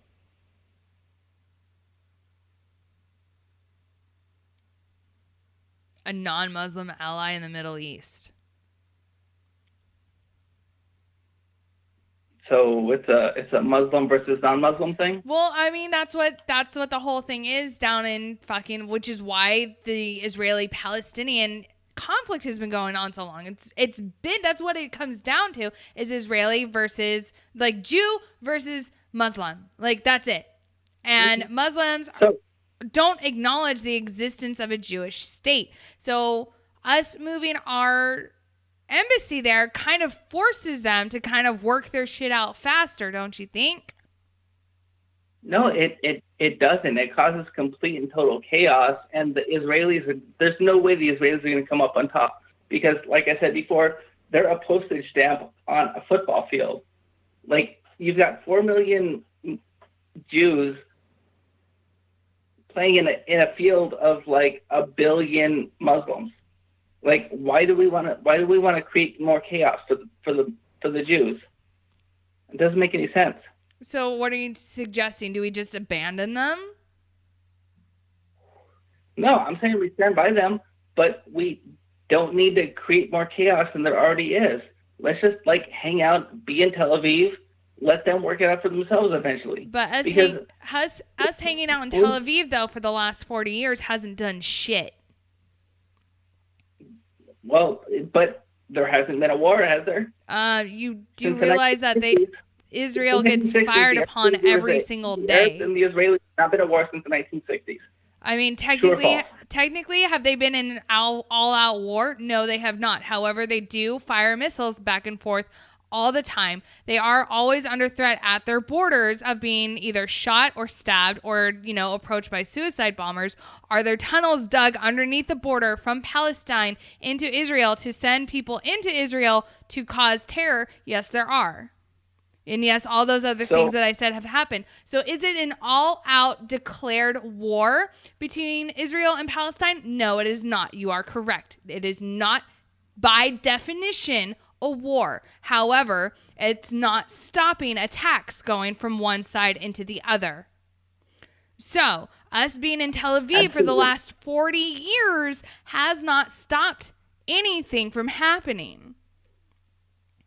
Yeah, so does moving our embassy to Jerusalem help or hurt the situation? I don't think it does anything for this situation. I think that a lot of these Arab countries are being, I think I think that it's you're going to see even more violence than you had before. Do what? I think moving our embassy to Jerusalem does nothing to help the situation. In fact, it hurts it. It makes us less. It's just a bad idea, right? Like all it is going to do is create more chaos and like destruction in Israel. How? Because like, they're already we could either have the status quo, which was bad, like the status quo was bad, or we could create all-out freaking violence and chaos. That's already happening over there. Israel gets shot at with rockets all the time. They've had to create a thing called what I think it's called like the Superdome or something like that, which is only 30% accurate, keep in mind, where their missile defense system shoots down incoming rockets. Again, this is only 30% accurate, but it's better than what they were experiencing. So Israel is getting shot at no matter what. If we stay in Tel Aviv or not, they're going to continue to get shot at. They're going to continue to be attacked. How does us declaring that the capital or the embassy is going to be in Jerusalem, how does that help the situation? I think that helps the situation in showing the neighboring countries that, hey, this is our ally. We will be here and we will defend them if they are attacked. If you if you come at Israel full force and declare war on Israel, we are here, we have their back, and we will help defend this country, which is, I think, something that Israel needs. But not for the past 8 years. I did not understand you at all. No, so prior to us declaring that our embassy was going to be in Jerusalem, we weren't doing that? We weren't backing up the Israelis? No, I think it sends a stronger message, though, to the neighboring countries. All right, so that was a huge bargaining chip that we just, threw away. How? We always had the bargaining chip. You know, anytime we sit down at the table with the Arabs, they're like, hey, you know what? No matter what happens, we want the capital to be in Jerusalem. You know what? That's a bargaining chip we just threw away. It's a bargain. I don't see how we threw away that bargaining chip when, again, all of the neighboring countries, no matter what, out of pure principle, would never accept the capital of Israel to be Jerusalem. Out of sheer principle because of a fucking book written thousands of years ago. But, you and I can agree to disagree. So thanks for calling in and having an argument with me. I really enjoyed it. Well, you have a good night. Thank you. You too. Bye.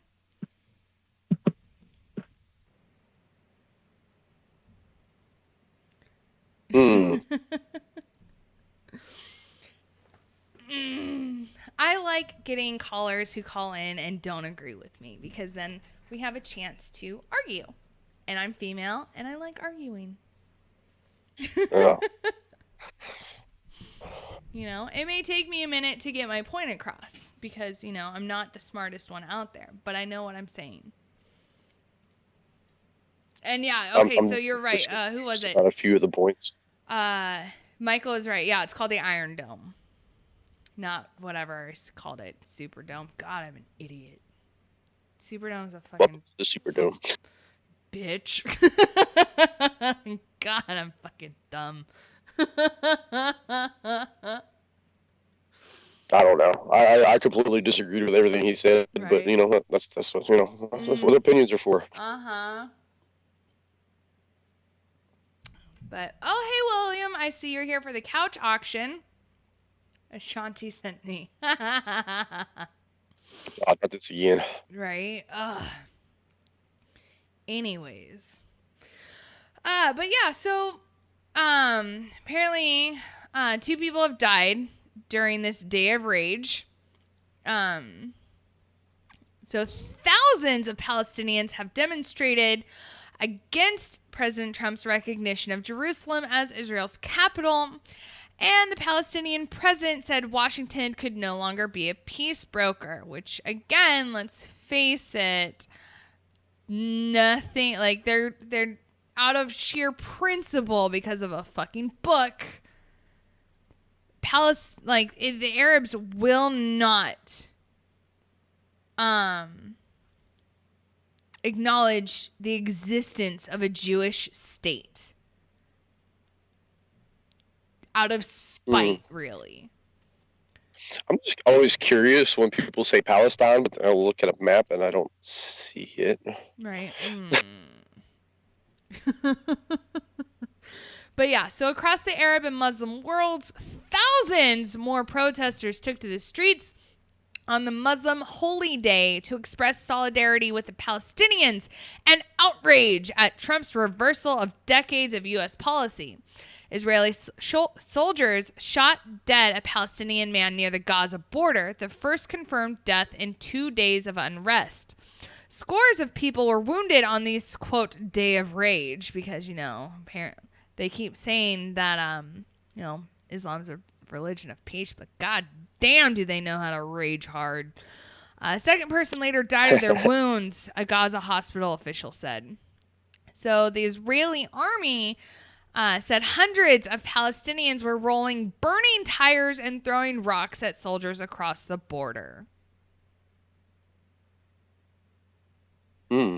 Because, it's their fault that Donald Trump is like, hey, we're going to move our fucking embassy to the Capitol like we have in every other goddamn country in the world where we have an embassy.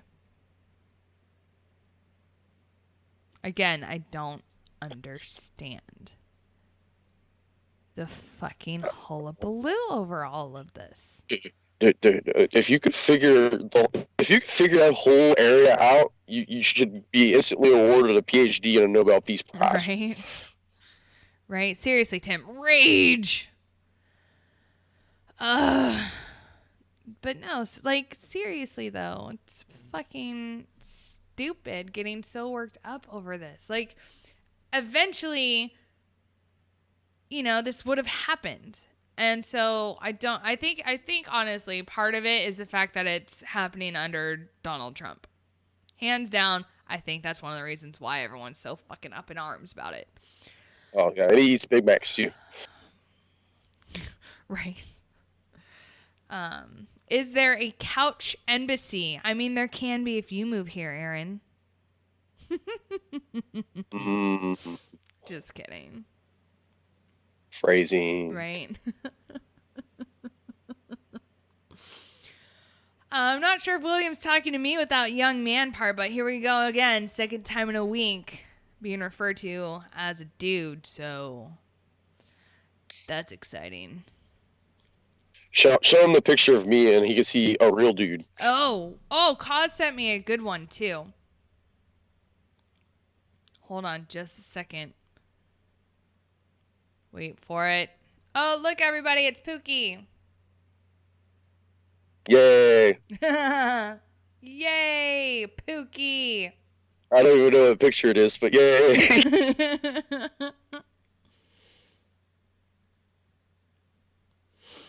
But yeah, fucking... well.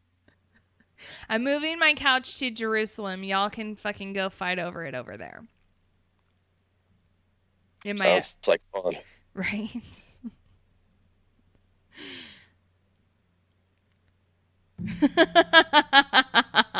William.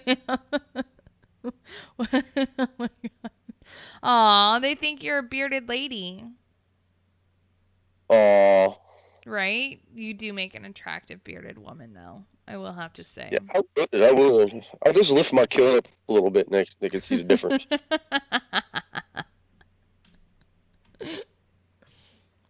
Right? Exactly, Ryan. It's okay for ladies to have beards. It's 2017. Totally. What's your secret? I've not shaved in 31 years. So what's your secret? I can't fucking grow shit. Lots of raw eggs. Damn it. But, oh my goodness. So we're going to go on a quick break. And when we come back, Pookie and I are going to have a shirt to give away. So that's going to be fun. We might, what do you want to do for that, Pookie? As far as like, how do we determine a winner? I don't know. Have to think about it. Right. All right, y'all. We shall be back here shortly. And yeah, hang around and we're going to give away a shirt. So we'll be right back. Bye.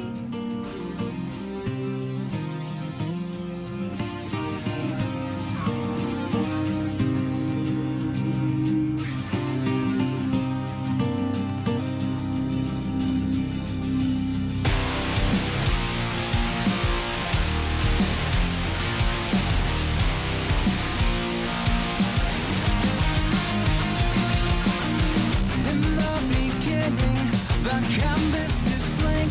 No tears have been cried. Nobody has lied. Far from complacent, just walking on shells. This feeling that love conquers everything else. Until you reach the point in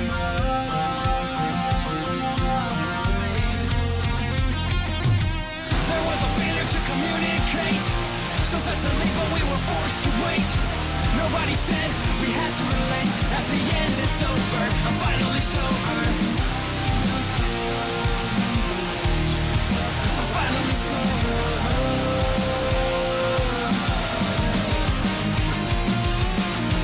My only demon, my only regret is that I left you with scars so that you'll never forget. Sick of forgiving my mistakes and my faults. Shattered your glass heart to millions when I ripped it apart. There's nothing left.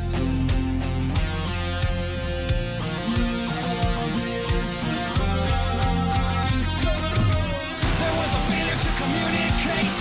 So sad to leave, but we were forced to wait. Nobody said we had to relate. At the end, it's over. I'm finally sober. I'm finally sober.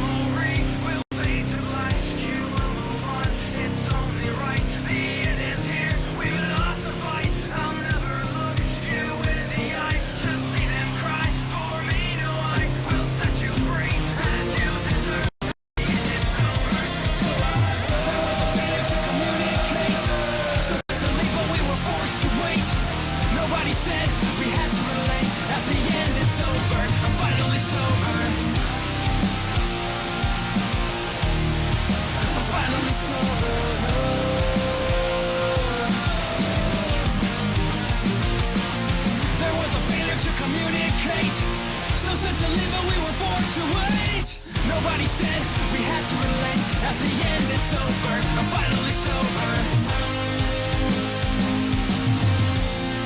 I'm finally sober.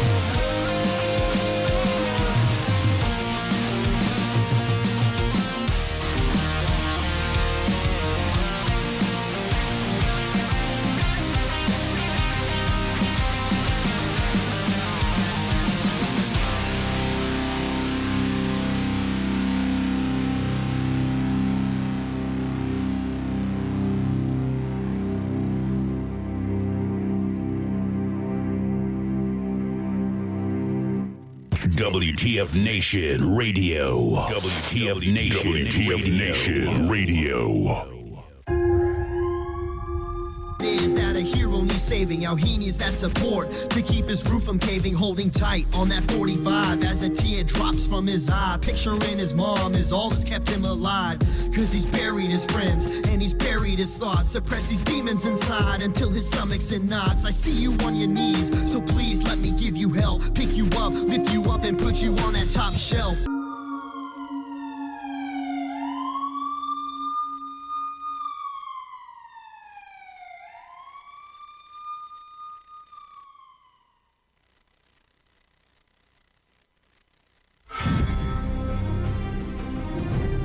Oh, hey, look at that. We're back. Hello, everybody. And hello, everybody over in Mixer. I have not said hi to you guys yet tonight, and I'm so sorry. Everyone, thank you so much for hanging out. We are on the third and final hour. Holy shit. Of the show. So that's exciting. The lightning round. I know, right? What to do? Oh. So for those of you who are unaware, there is a Secret Santa going on with the main page, U.S. Army What the Fuck Moments. WTF Moments. Everyone knows what that stands for. And, oh, yes. People are calling me. Yes, what? Good God, Justin. Why are you fucking yelling at me? Whatever. Anyways, there's a Secret Santa thing. Thanks, Doc. There's a Secret Santa thing over on the main page, and tonight is the last night that you can sign up for it. Myself, I've signed up for it, like my real self, not my like Minx alter ego. And yeah, so you go to the main page, you look under events, and it's gonna be there. Pookie, do you think, or no? Ooh, best stepdad ever. Cause if you, cause I know you're watching somewhere. If you want to, Justin, if you want to throw up the link of where they can go so they can get involved, if they want to get involved, that'd be awesome. Because, the more people involved, better it's going to be. I'm in a glass case of emotion. Baxter, bark twice if you're in Milwaukee. Pookie.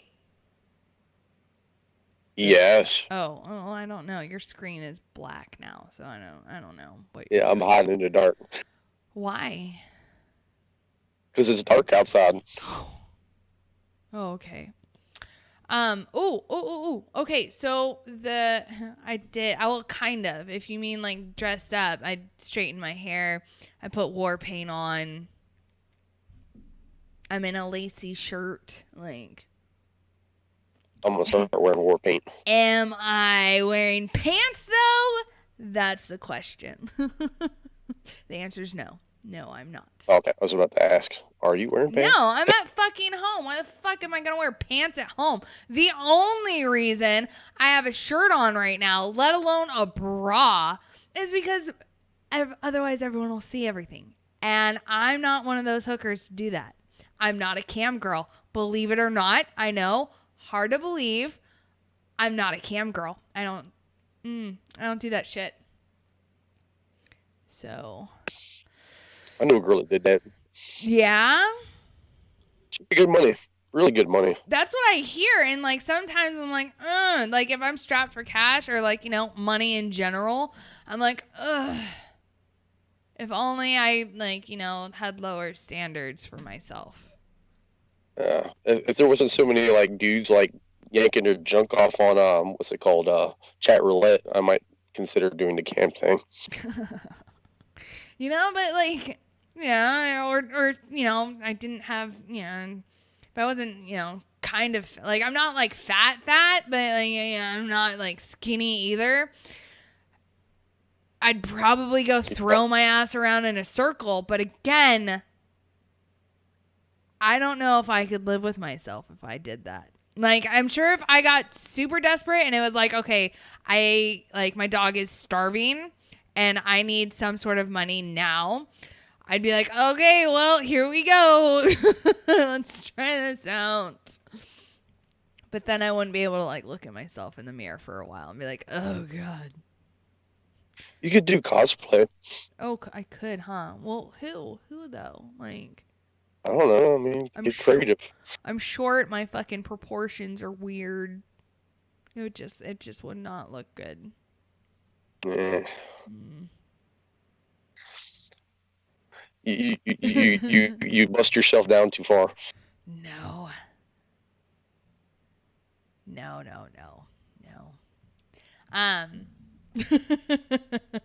Apparently Trevor's naked in a beanbag chair eating Cheez-Its.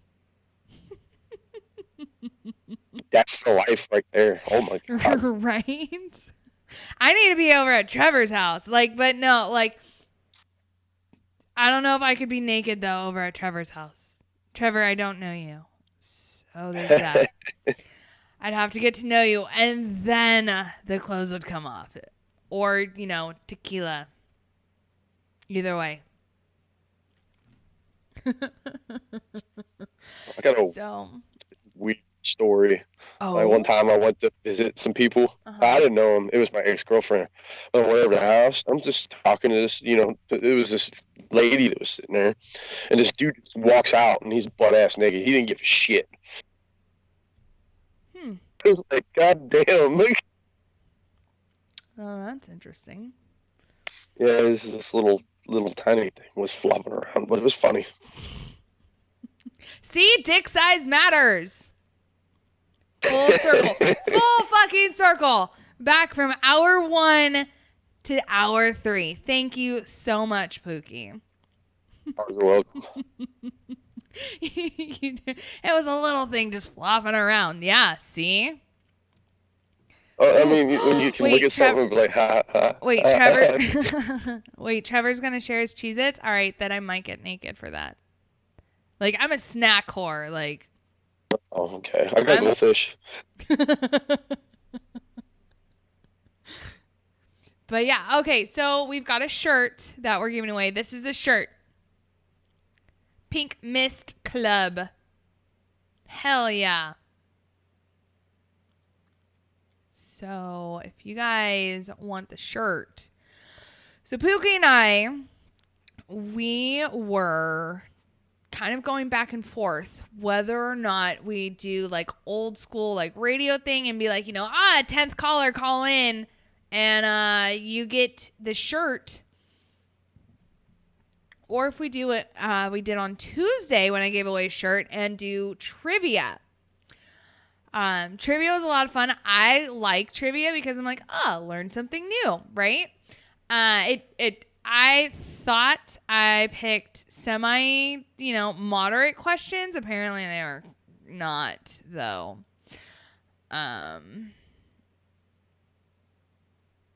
Hey, let me get that shirt, yo. Hey, you gotta, I have to put out how to win it first, and then you can get it. All right, calm your titties. No,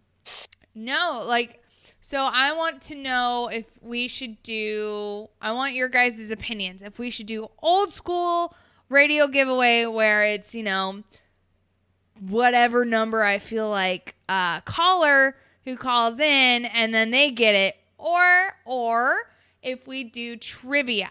So y'all let me know. Facebook, if you want to do trivia, do like a thumbs or do like a heart. And then if you want old school radio, do the thumbs up. And we'll see which one I've got more of. Mixer, y'all just let me know which one you want to do. Also like and share. Right? But here is the shirt again. Oh, Spencer, my pick was not part of the fucking deal. All right? Okay, so we've got a couple for trivia. Oh, there's one for old school. A lot of people want trivia. All right. I don't know. I don't know what sad face stands for. I don't know. People are y'all are fucking it up. This is why we can't have nice things. Y'all can't follow goddamn directions. All right, so we're going to do trivia. All right. So, I got to pull it up now. I should have probably had that shit prepared, huh? I don't know. I don't know what I'm fucking doing. They gave me buttons. So, here I am. All right. Let's see. Oh, recent searches. That's good. Let's just do that one. Last time I had butt almost blew the world up.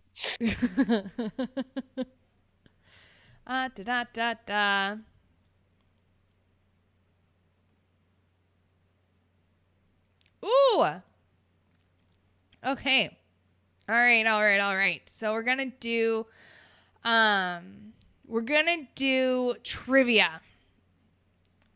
And again, because veteran-based radio, we are going to do I don't know what the fucking angry face is for either. Y'all are fucking this shit up. Fucking it up. They found out that I know their mom. Oh my god, Trevor. No, okay, so we're gonna do military trivia. So, Ooh. y'all need to call in. All right, so we're gonna do the 3 questions again. So if you want to win this shirt, you're gonna have to call this number. Hold on, wait for it. Wait. Oh, wait. Where did it go? Wait.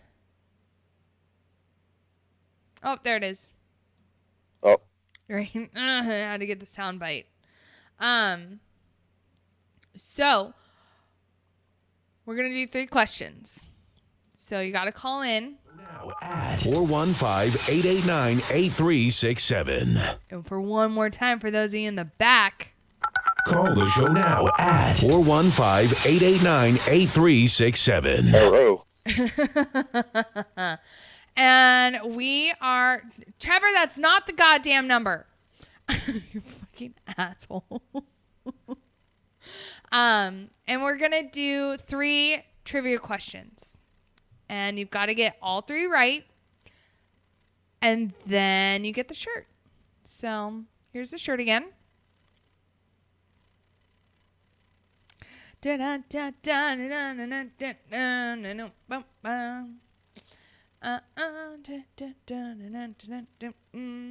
So yeah, we need people to call in if you want the shirt. It's a badass looking shirt. So I don't know what to tell you. Was that your version of trivia music? It was. I don't have any. Right. Oh, well, hello. Oh, wait, hold on. Hello, WTF Nation Radio. You're on the air. Who's this? It's Justin. Hello, Justin. How are you? Hey, pretty good. It's noisy over there. What are you doing? Yeah, it's a little noisy. A little? What? I said a little noisy? Yeah, just a little bit.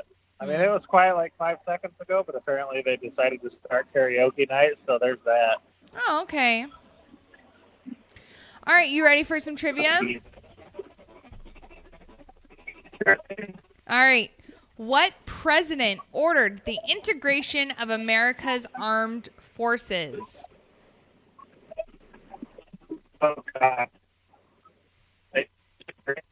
Who? Sorry. I'm just going to go with Ford. Close, but no, wrong. Damn it. Thanks for calling in, Justin. All right, thanks. Have fun at the bar.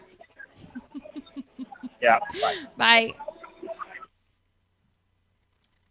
All right, who just tried to call the 360 number? Call back. Oh, goodness. I need fucking... Oh! Wait. Interesting. Wait. Right? Oh! WTF Nation Radio, you are live on the air. Who is this? Hey, Minx, this is Doc. Hello, Doc. How Hey. are you? I'm doing well, thanks. And you? Doing good. The president that integrated the military was Harry Truman. Good job. Ding, ding, ding. You ready for number 2? Bring on number 2. What American billionaire tried to airlift 28 tons of medicine and Christmas gifts to American POWs in North Vietnam in 1969? I'm probably going to have to say in 1969, Bill Gates? Nope. Warren Buffett. No. Okay, I give up. All right, I know that one was kind of hard. I'm sorry. Oh, well, womp womp. Thanks, me. You're welcome. Bye, Doc. Do. So everyone got There's an answer. billionaires in the 60s? Dude, allegedly. Hmm. Right. So, but yeah, fucking. So now we just gotta wait for another caller, which that needs to happen. So if you guys, if y'all want this shirt, y'all gotta call in. If you don't win it, I keep it. WTF Nation Radio, you're live on the air. Who is this? Spencer. Hello, Spencer. How's it going? Good. How are you? Outstanding. All right. You ready for trivia? Let's do it. Okay. All right. Which president ordered the integration of America's armed forces? Which president ordered the integration of U.S. armed forces? Yep.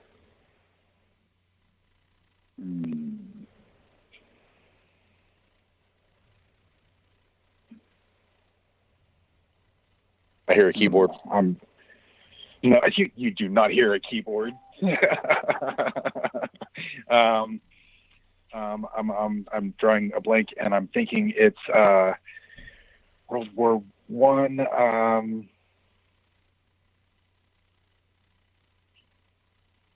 I don't know. Roosevelt. That's the only name coming, but it's not. Nope, it is not Roosevelt.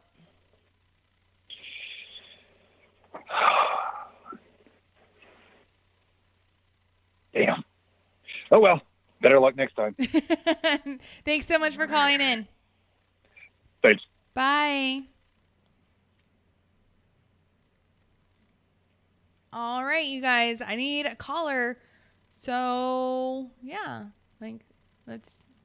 Call the show now at 415-889-8367.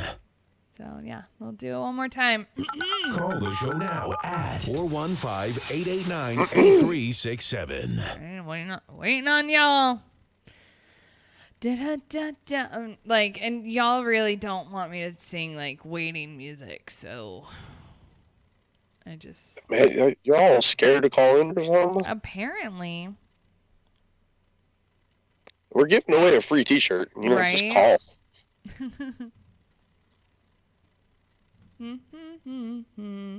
WTF Nation Radio, you are live on the air. Who is this? Yeah, let me get a large pepperoni. I'm just kidding. This is Trevor. Hi, Trevor. The infamous Trevor. What? Hello. In the flesh. All right, you ready for this? Yep. How are those Bring cheez-its? They're not too bad. I got up and spilled them, though. So. Oh no, that's so sad. All right, so what? Sorry, what president ordered the integration of America's armed forces? I would say, was it Truman? Yes. So good job. All right, you ready for this next one? This one's kind of hard, and I'm really sorry. Yeah, I'm ready. All right, so what American billionaire tried to airlift 28 tons of medicine and Christmas gifts to American POWs in North Vietnam in 1969? Ooh, I did a paper on this. His name was Ross Perot. Parrot? Are you sure that's how it's pronounced? Is it Parrot or Perot? I thought it was Perot. Perot. Started with a P, Perot. Pookie, do we give it to him? It's close, but I mean, we're horrible with words, too. So I mean, yeah, I'd say give it to him. All right. All right. I can spell it. I just can't pronounce it. You sound country as fuck. All right. Third. What was the profession of Hitler's mistress, Eva Braun? Ooh. Right? Ooh, World War II. Let me see. So easy, man. She was a photographer's apprentice. Assistant. She was an assistant photographer, I think. Dude, congratulations. You won a shirt. What? Hell yeah. Hell yeah. She was a photographer's assistant.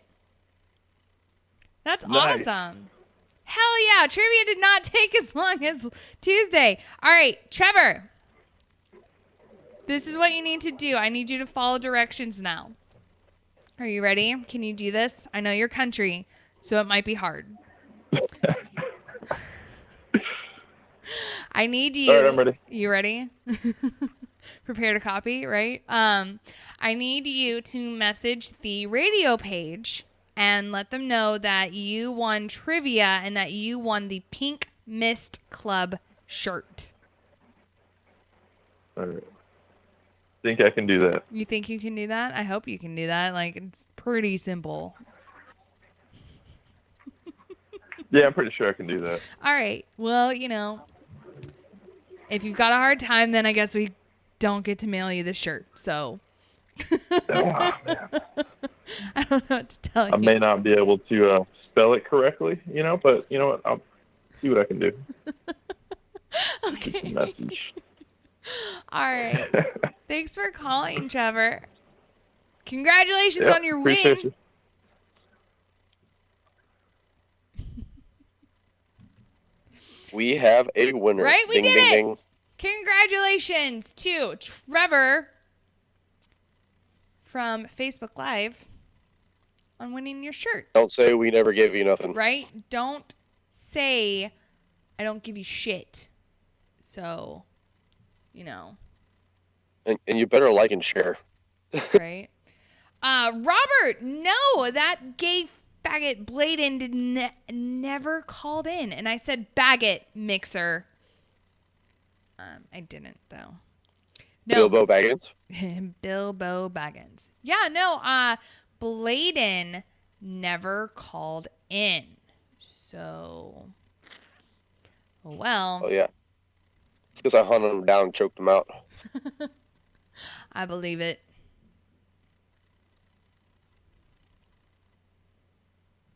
It was scarier than, waking up in the middle of the night and me standing over top of you. Wait. Yeah, no, that's true. Right? Ah! Oh, one of my so I follow a lot of different witch pages on Facebook, right? And one of them posted a picture and it was of this creepy obviously it was a dead person, and it was you wake up at 3 a.m. and this is standing over you. What do you do? And you would be kind of surprised at the number of people who responded with, I'd tell it to go away and come back at a more convenient hour. I'm trying to sleep. Go away. Sounds like me.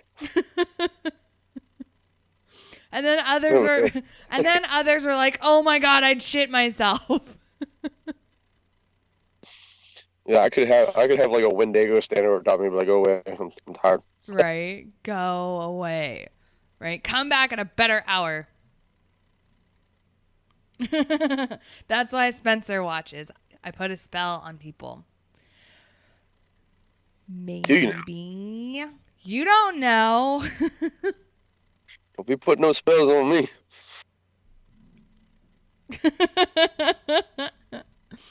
I mean, no promises. See? What?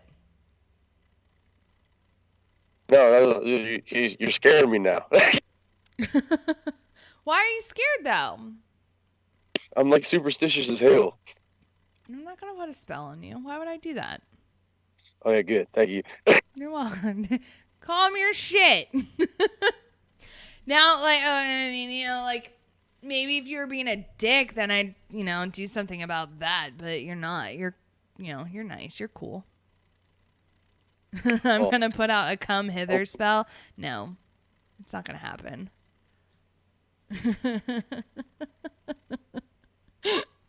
You're scaring me. No. I saw some weird stuff on what was it? One of them Destination America shows one night. Oh. And, like, my roommate came down and he was like, "Why the hell is there salt all over the place?" Oh my God. Why is there salt on the floor? Well, so what had happened is that I thought a demon was trying to get in here, and I had to keep, like, you know, block its entry. Like, I don't know what to tell you, but shit was getting real. Real quickly. Legitimately freaked the fuck out. So Evan, who was in the Facebook Live earlier, was saying, you know, he's actually about to be like one of my roommates, right? Because again, he and I are friends, like, in real life. And and then my other roommate who's moving in, she's a witch as well. Have I saged my new house? Yes, I did. That was one of the first things I did, was go through every single room and every closet and every window, and do that. But yes, no. So, and then my best friend is moving in, and she's a witch as well. And Evan was so scared. He's like, "Y'all aren't gonna draw like pentagrams on the floor, right?"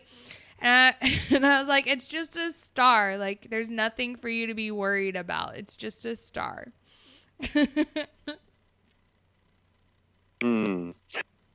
Right? But, you know. I think he's just more worried about, you know, the star with a circle around it than really anything else. Oh, I see. Yeah. So.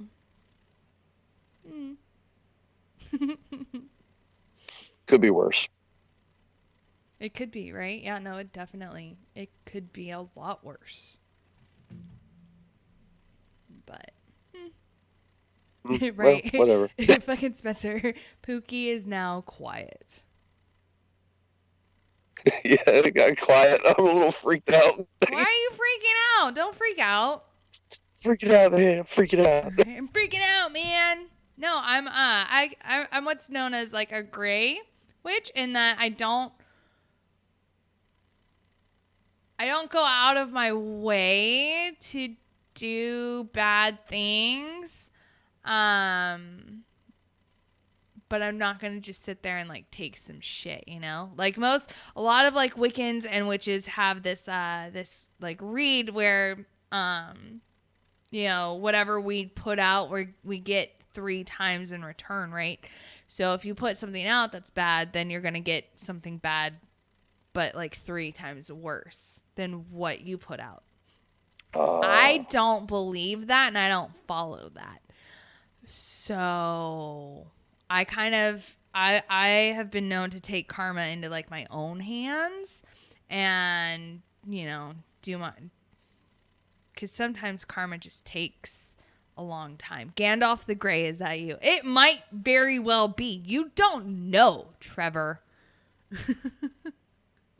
What about my hero? Right? You do look like Gandalf. I just need the gray in my beard. I'll be good.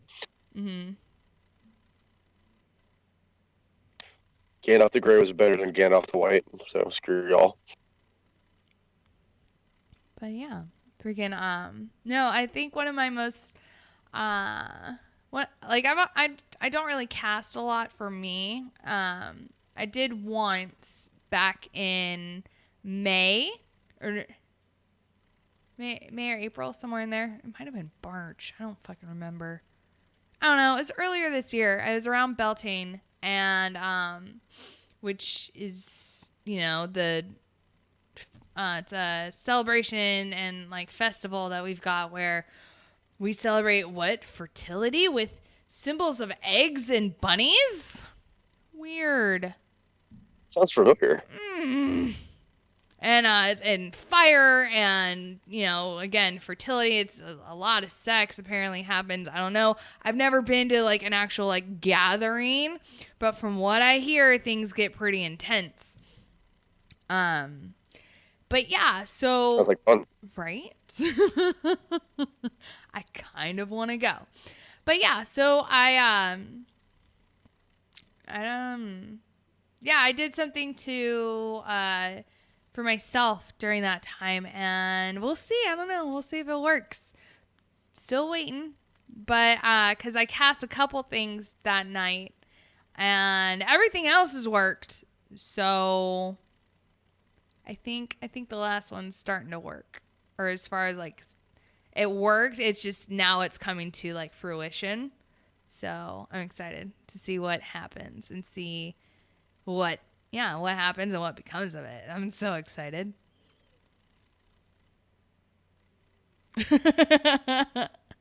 Spencer, I'm not going to turn you into a frog. It's not how it works.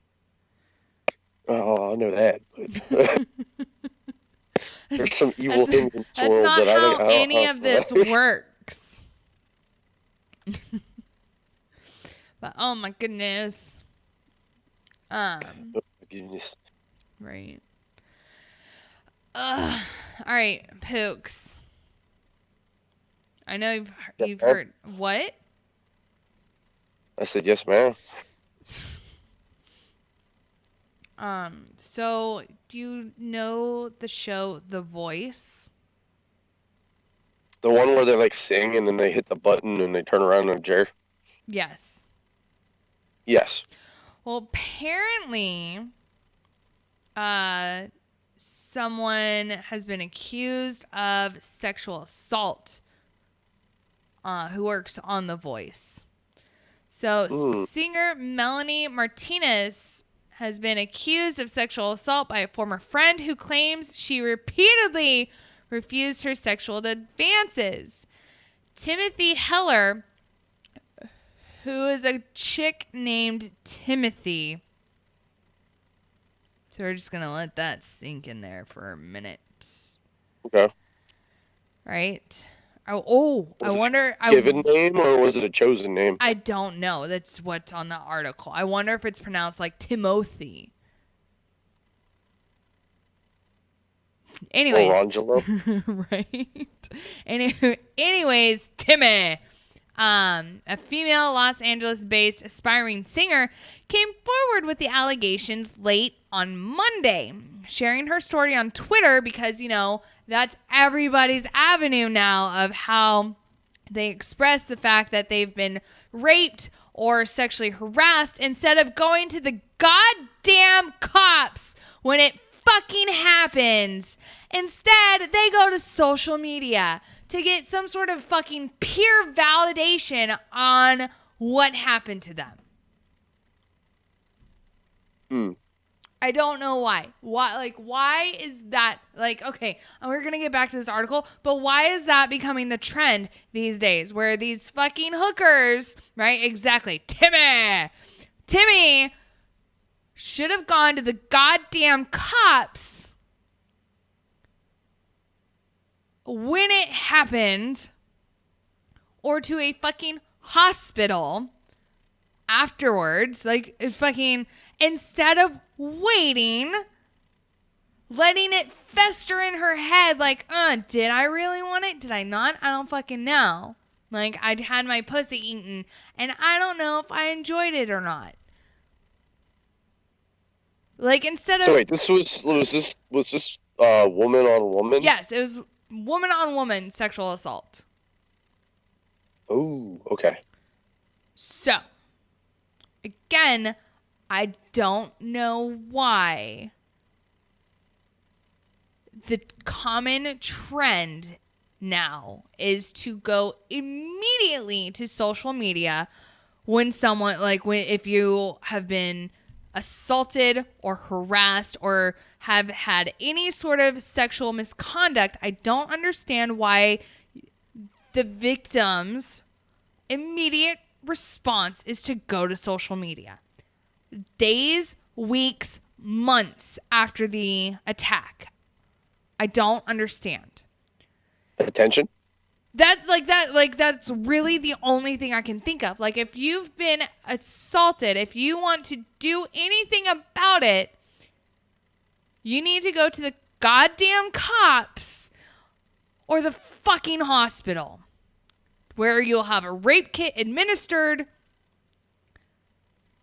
and then, they'll be able to collect fucking evidence. Because again, if you wait or to do anything about it, any sort of physical evidence is no longer there. So then it turns into a he said, she said, or in this case, a she said, she said argument. So how do you weed out who's lying? Because one of them is going to be lying, because that's just how it is. One is going to be lying. Either the perceived victim is lying because they want attention and validation and some sort of 5 seconds of fame, or the alleged attacker is the one lying and they're trying to save face and not go to jail, So how do you weed out the liar? Because they can't both, exactly, cause they can't both be right. So anyways, so this chick named Timothy went to Twitter about how she said Martinez, or Melanie Martinez, an artist who shot to stardom after appearing on NBC's The Voice, sexually assaulted her. Quote, I have kept this secret for years. Fucking years. God, I'm gonna throw something. Convincing myself that it wasn't a big deal and I wasn't hurt by it. The thought of accepting that my best friend raped me seems insane. Heller began her post on Twitter that attracted more than 61,000 shares at a time of publication. Quote, when faced with a friend who really needed help, though, I can honestly say she let me down completely. Heller claimed she was sexually assaulted by her then best friend, Melanie Martinez, during the most difficult time in my life, my rock bottom, quote unquote, and taken advantage of during one of the nights she slept at the singer's place. Heller did not specify when the alleged assault occurred. But again, when she let off on it, she apparently has been keeping this secret for years. Years. I'm just confused. So Timmy goes on to say, I never said yes. I said no repeatedly, but she used her power over me and broke me down. Just so there's no confusion, I was molested by my best friend. After multiple attempts to touch her, Martinez proceeded to perform oral sex on me, and then I was penetrated with a sex toy without being asked, the woman alleged. Quote, she knew I didn't want it.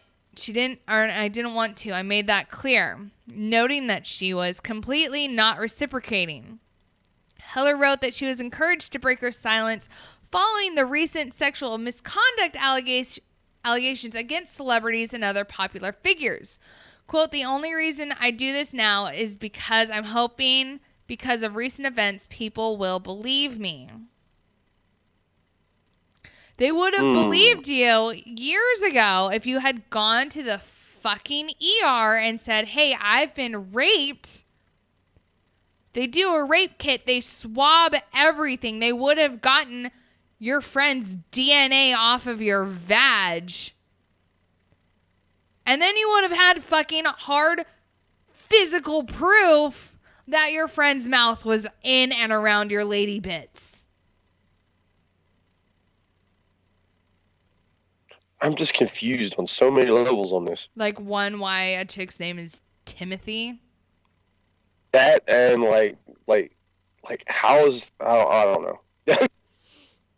You know, it's just if you're my redneck math is not adding up here. You know, like she self-admitted that she waited years before coming forward about this. So there's no physical evidence at all. It's literally her word versus her friend's word. So who do you believe? Because again, this concept, this trend. This is honestly like destroying any chance of like legitimate victims getting help. Exactly, because there's already like a backlog of rape kits. There's a fucking huge backlog of them that need to get like prosecuted. But then you've got those who, you know, and is she like a true victim? I mean, she very well might be, but it's hard to believe her right now, considering the cool thing to do in Hollywood and everywhere else is to claim that somebody sexually assaulted you or sexually harassed you. Again, some of them are probably true. But again, there's those who are doing it simply for attention and simply for some sort of peer validation and like a, hey, look at me, I'm being so strong because I got through this. I don't know, not to like shed humor on the fucking light of this somber moment or whatever it is, but like, what if like I'm just waiting for some idiot to come out and be like, I sexually assaulted myself for like years. Oh, you mean like Bruce Jenner? Oh yeah, pretty much. Yeah, I mean, I'm just waiting for it. It's just, you know, because it really is. It's hard enough for true victims to come forward. It really is. Again, speaking from experience. But I never wanted to go after the men who did it. You know, that's the difference between me and some of these people who are just now coming out and they're going after their attackers. I don't want to do that. Like, it's been a decade since, you know, the first one. So why the fuck am I gonna fucking go after this kid now? You know, like, that's stupid. If I wanted to go after him, I would have done it back then. Like, that's just where it blows my mind on why, like, you know, these women are waiting decades to come forward. Like, oh, he sexually assaulted me 30 years ago. But because I didn't open my mouth, I now have a lucrative, like, film career. I've made millions. So, but I'm still, you know, since everyone else is coming forward, I guess I'll come forward too. Such a slippery slope. It is. And, you know, because I understand that right now I'm sounding very,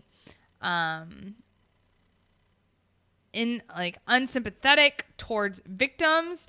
I realize that I am sounding very crass, right? Is that the right word? Towards victims who are struggling whether or not to come forward. And I get that. But again, I feel as though you need to decide as the victim, you need to decide within the first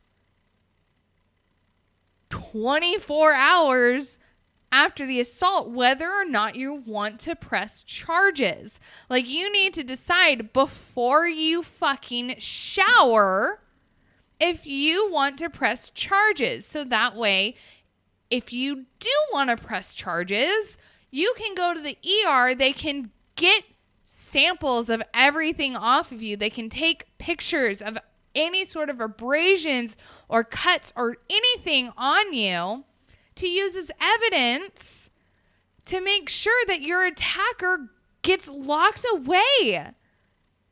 Waiting weeks, years, days even, to where you've washed away all the physical evidence, which is, it really is, the physical evidence is really the only thing that will secure that guilty conviction. It's the physical evidence.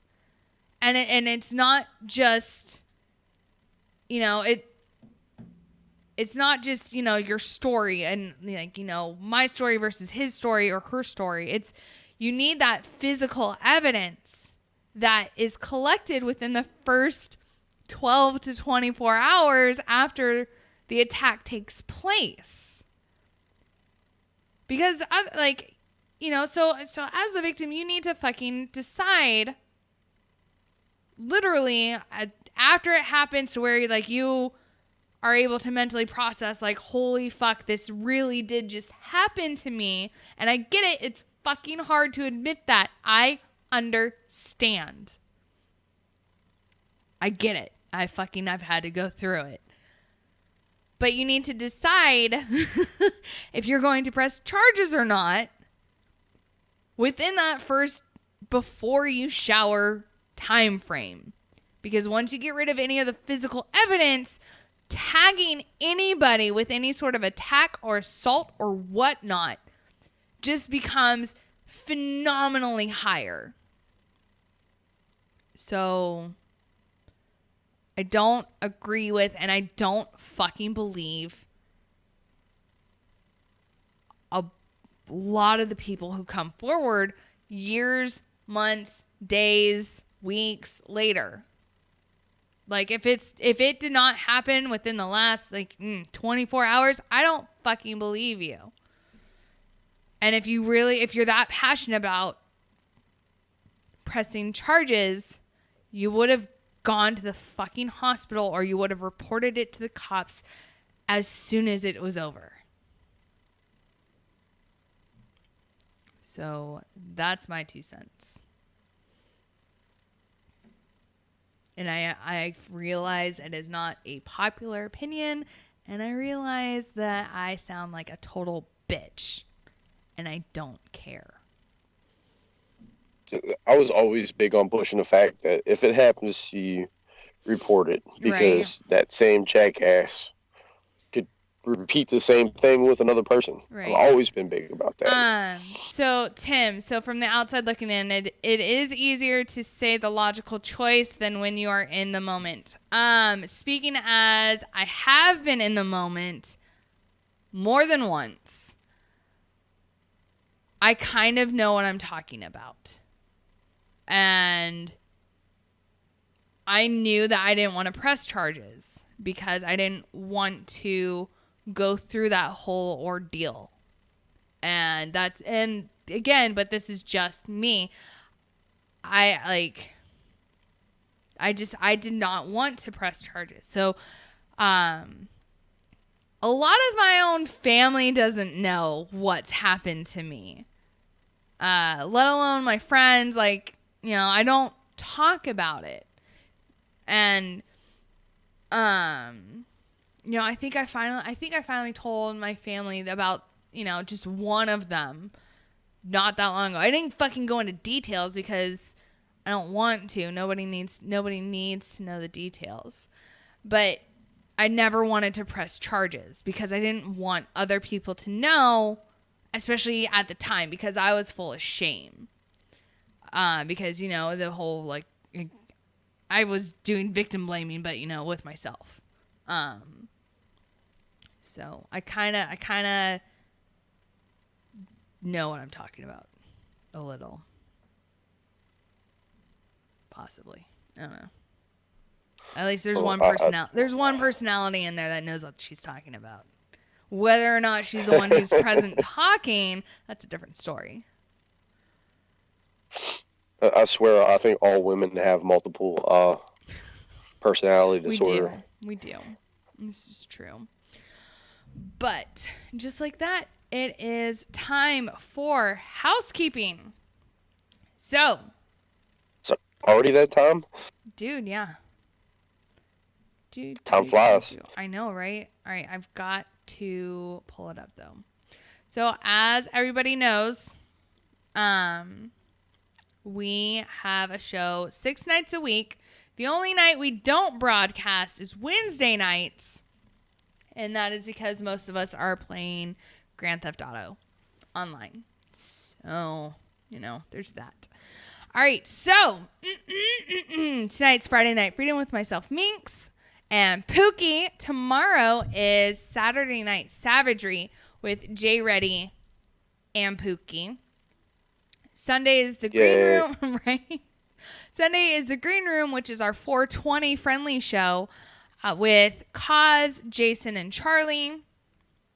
Monday is the Monday edition with Ice and Flash. Tuesday is Tied Up Tuesday with myself, Minx, and Gray Cloud. Wednesday, again, we're playing Grand Theft Auto, so no show on Wednesdays. Thursdays, we have Sergeant's Time with Ice, Mike Golf, and Doc Madness. And all of our evening shows start at 2000 Eastern Time or 1700 fucking Pacific Time, right? Yeah. Specific time. Right. So then and then we also have an afternoon show on Tuesdays and Thursdays, and that is Jose's Taco Truck, and that is with KJ and Ghosty and sometimes Pookie, because Pookie can't get enough of us. I love y'all. All right, so our next guest is actually going to be on Monday, December 11th, and it is Officer Cole. So Officer Cole is the Dallas-Fort Worth cop who dresses up in like Batman and, you know, the Hulk and Deadpool. He dresses up as different comic book characters, and he goes and visits kids with cancer.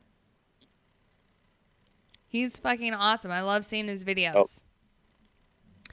On December 14th, Medal of Honor recipient Captain Florent Groberg is going to be on. On Saturday, December 16th, we're going to have Bill Harris. And Bill Harris is the volunteer firefighter who chased down the terrorists in New York City on Halloween of this year. And then on the, I think it's the 22nd,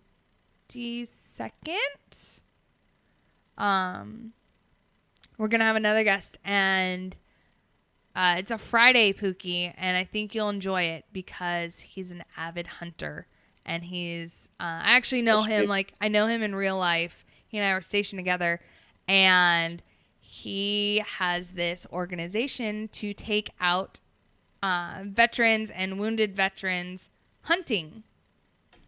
So yeah. Sounds like fun. Right? So, yeah. Fucking, that's our show, you guys. Thank you guys so much for tuning in. It's a great time. Pookie, as always, I thoroughly enjoyed it. Oh, I did too.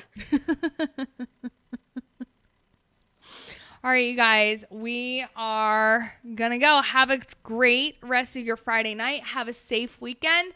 And we shall see you back here tomorrow for Saturday Night Savagery with Jay Reddy. So, yeah. Have a good weekend, you guys. Hey. Bye. Bye. Oh.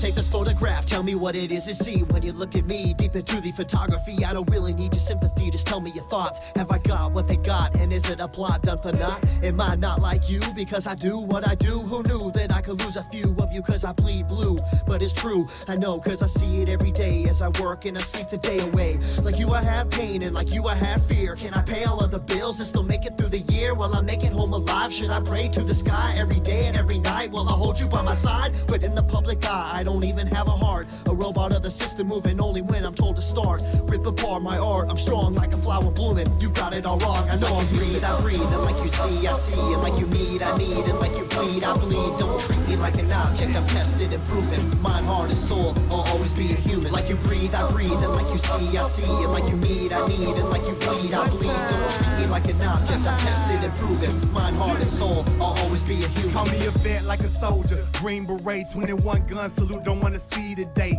In the constant war zone, in the home of the brave, where they hate the police until they saving the day. I got kids like you, a mortgage like you, so blue lives matter, and so does yours too. All this separation and divide, open your eyes. If you cut us all open, we the same inside. The only difference is I run to the gunfight. Get peace when it's chaos, when the people don't act right. But I'm under scrutiny for trying to protect me. You pull a pistol and I'm shooting for trying to contest me. I got a quick second to make a deadly decision. The media portray me like a kid for a living, like I'm cold with no heart, a brain with no thoughts, a body with no feeling, a life with no cause. Like you breathe, I breathe. And like you see, I see. And like you need, I need. And like you bleed, I bleed. Don't treat me like an object, I'm tested and proven. Mind, heart, and soul, I'll always be a human. Like you breathe, I breathe. And like you see, I see. And like you need, I need. And like you bleed, I bleed. Don't treat me like an object, I'm tested and proven. Mind, heart, and soul, I'll always be a human. I'm damned if I do, and damned if I don't. It's like every single time I say what's on my mind, they go for my throat, they spew evil words. A few are absurd, always grinding, grinning, and killing my soul with these verbs. Hold me down,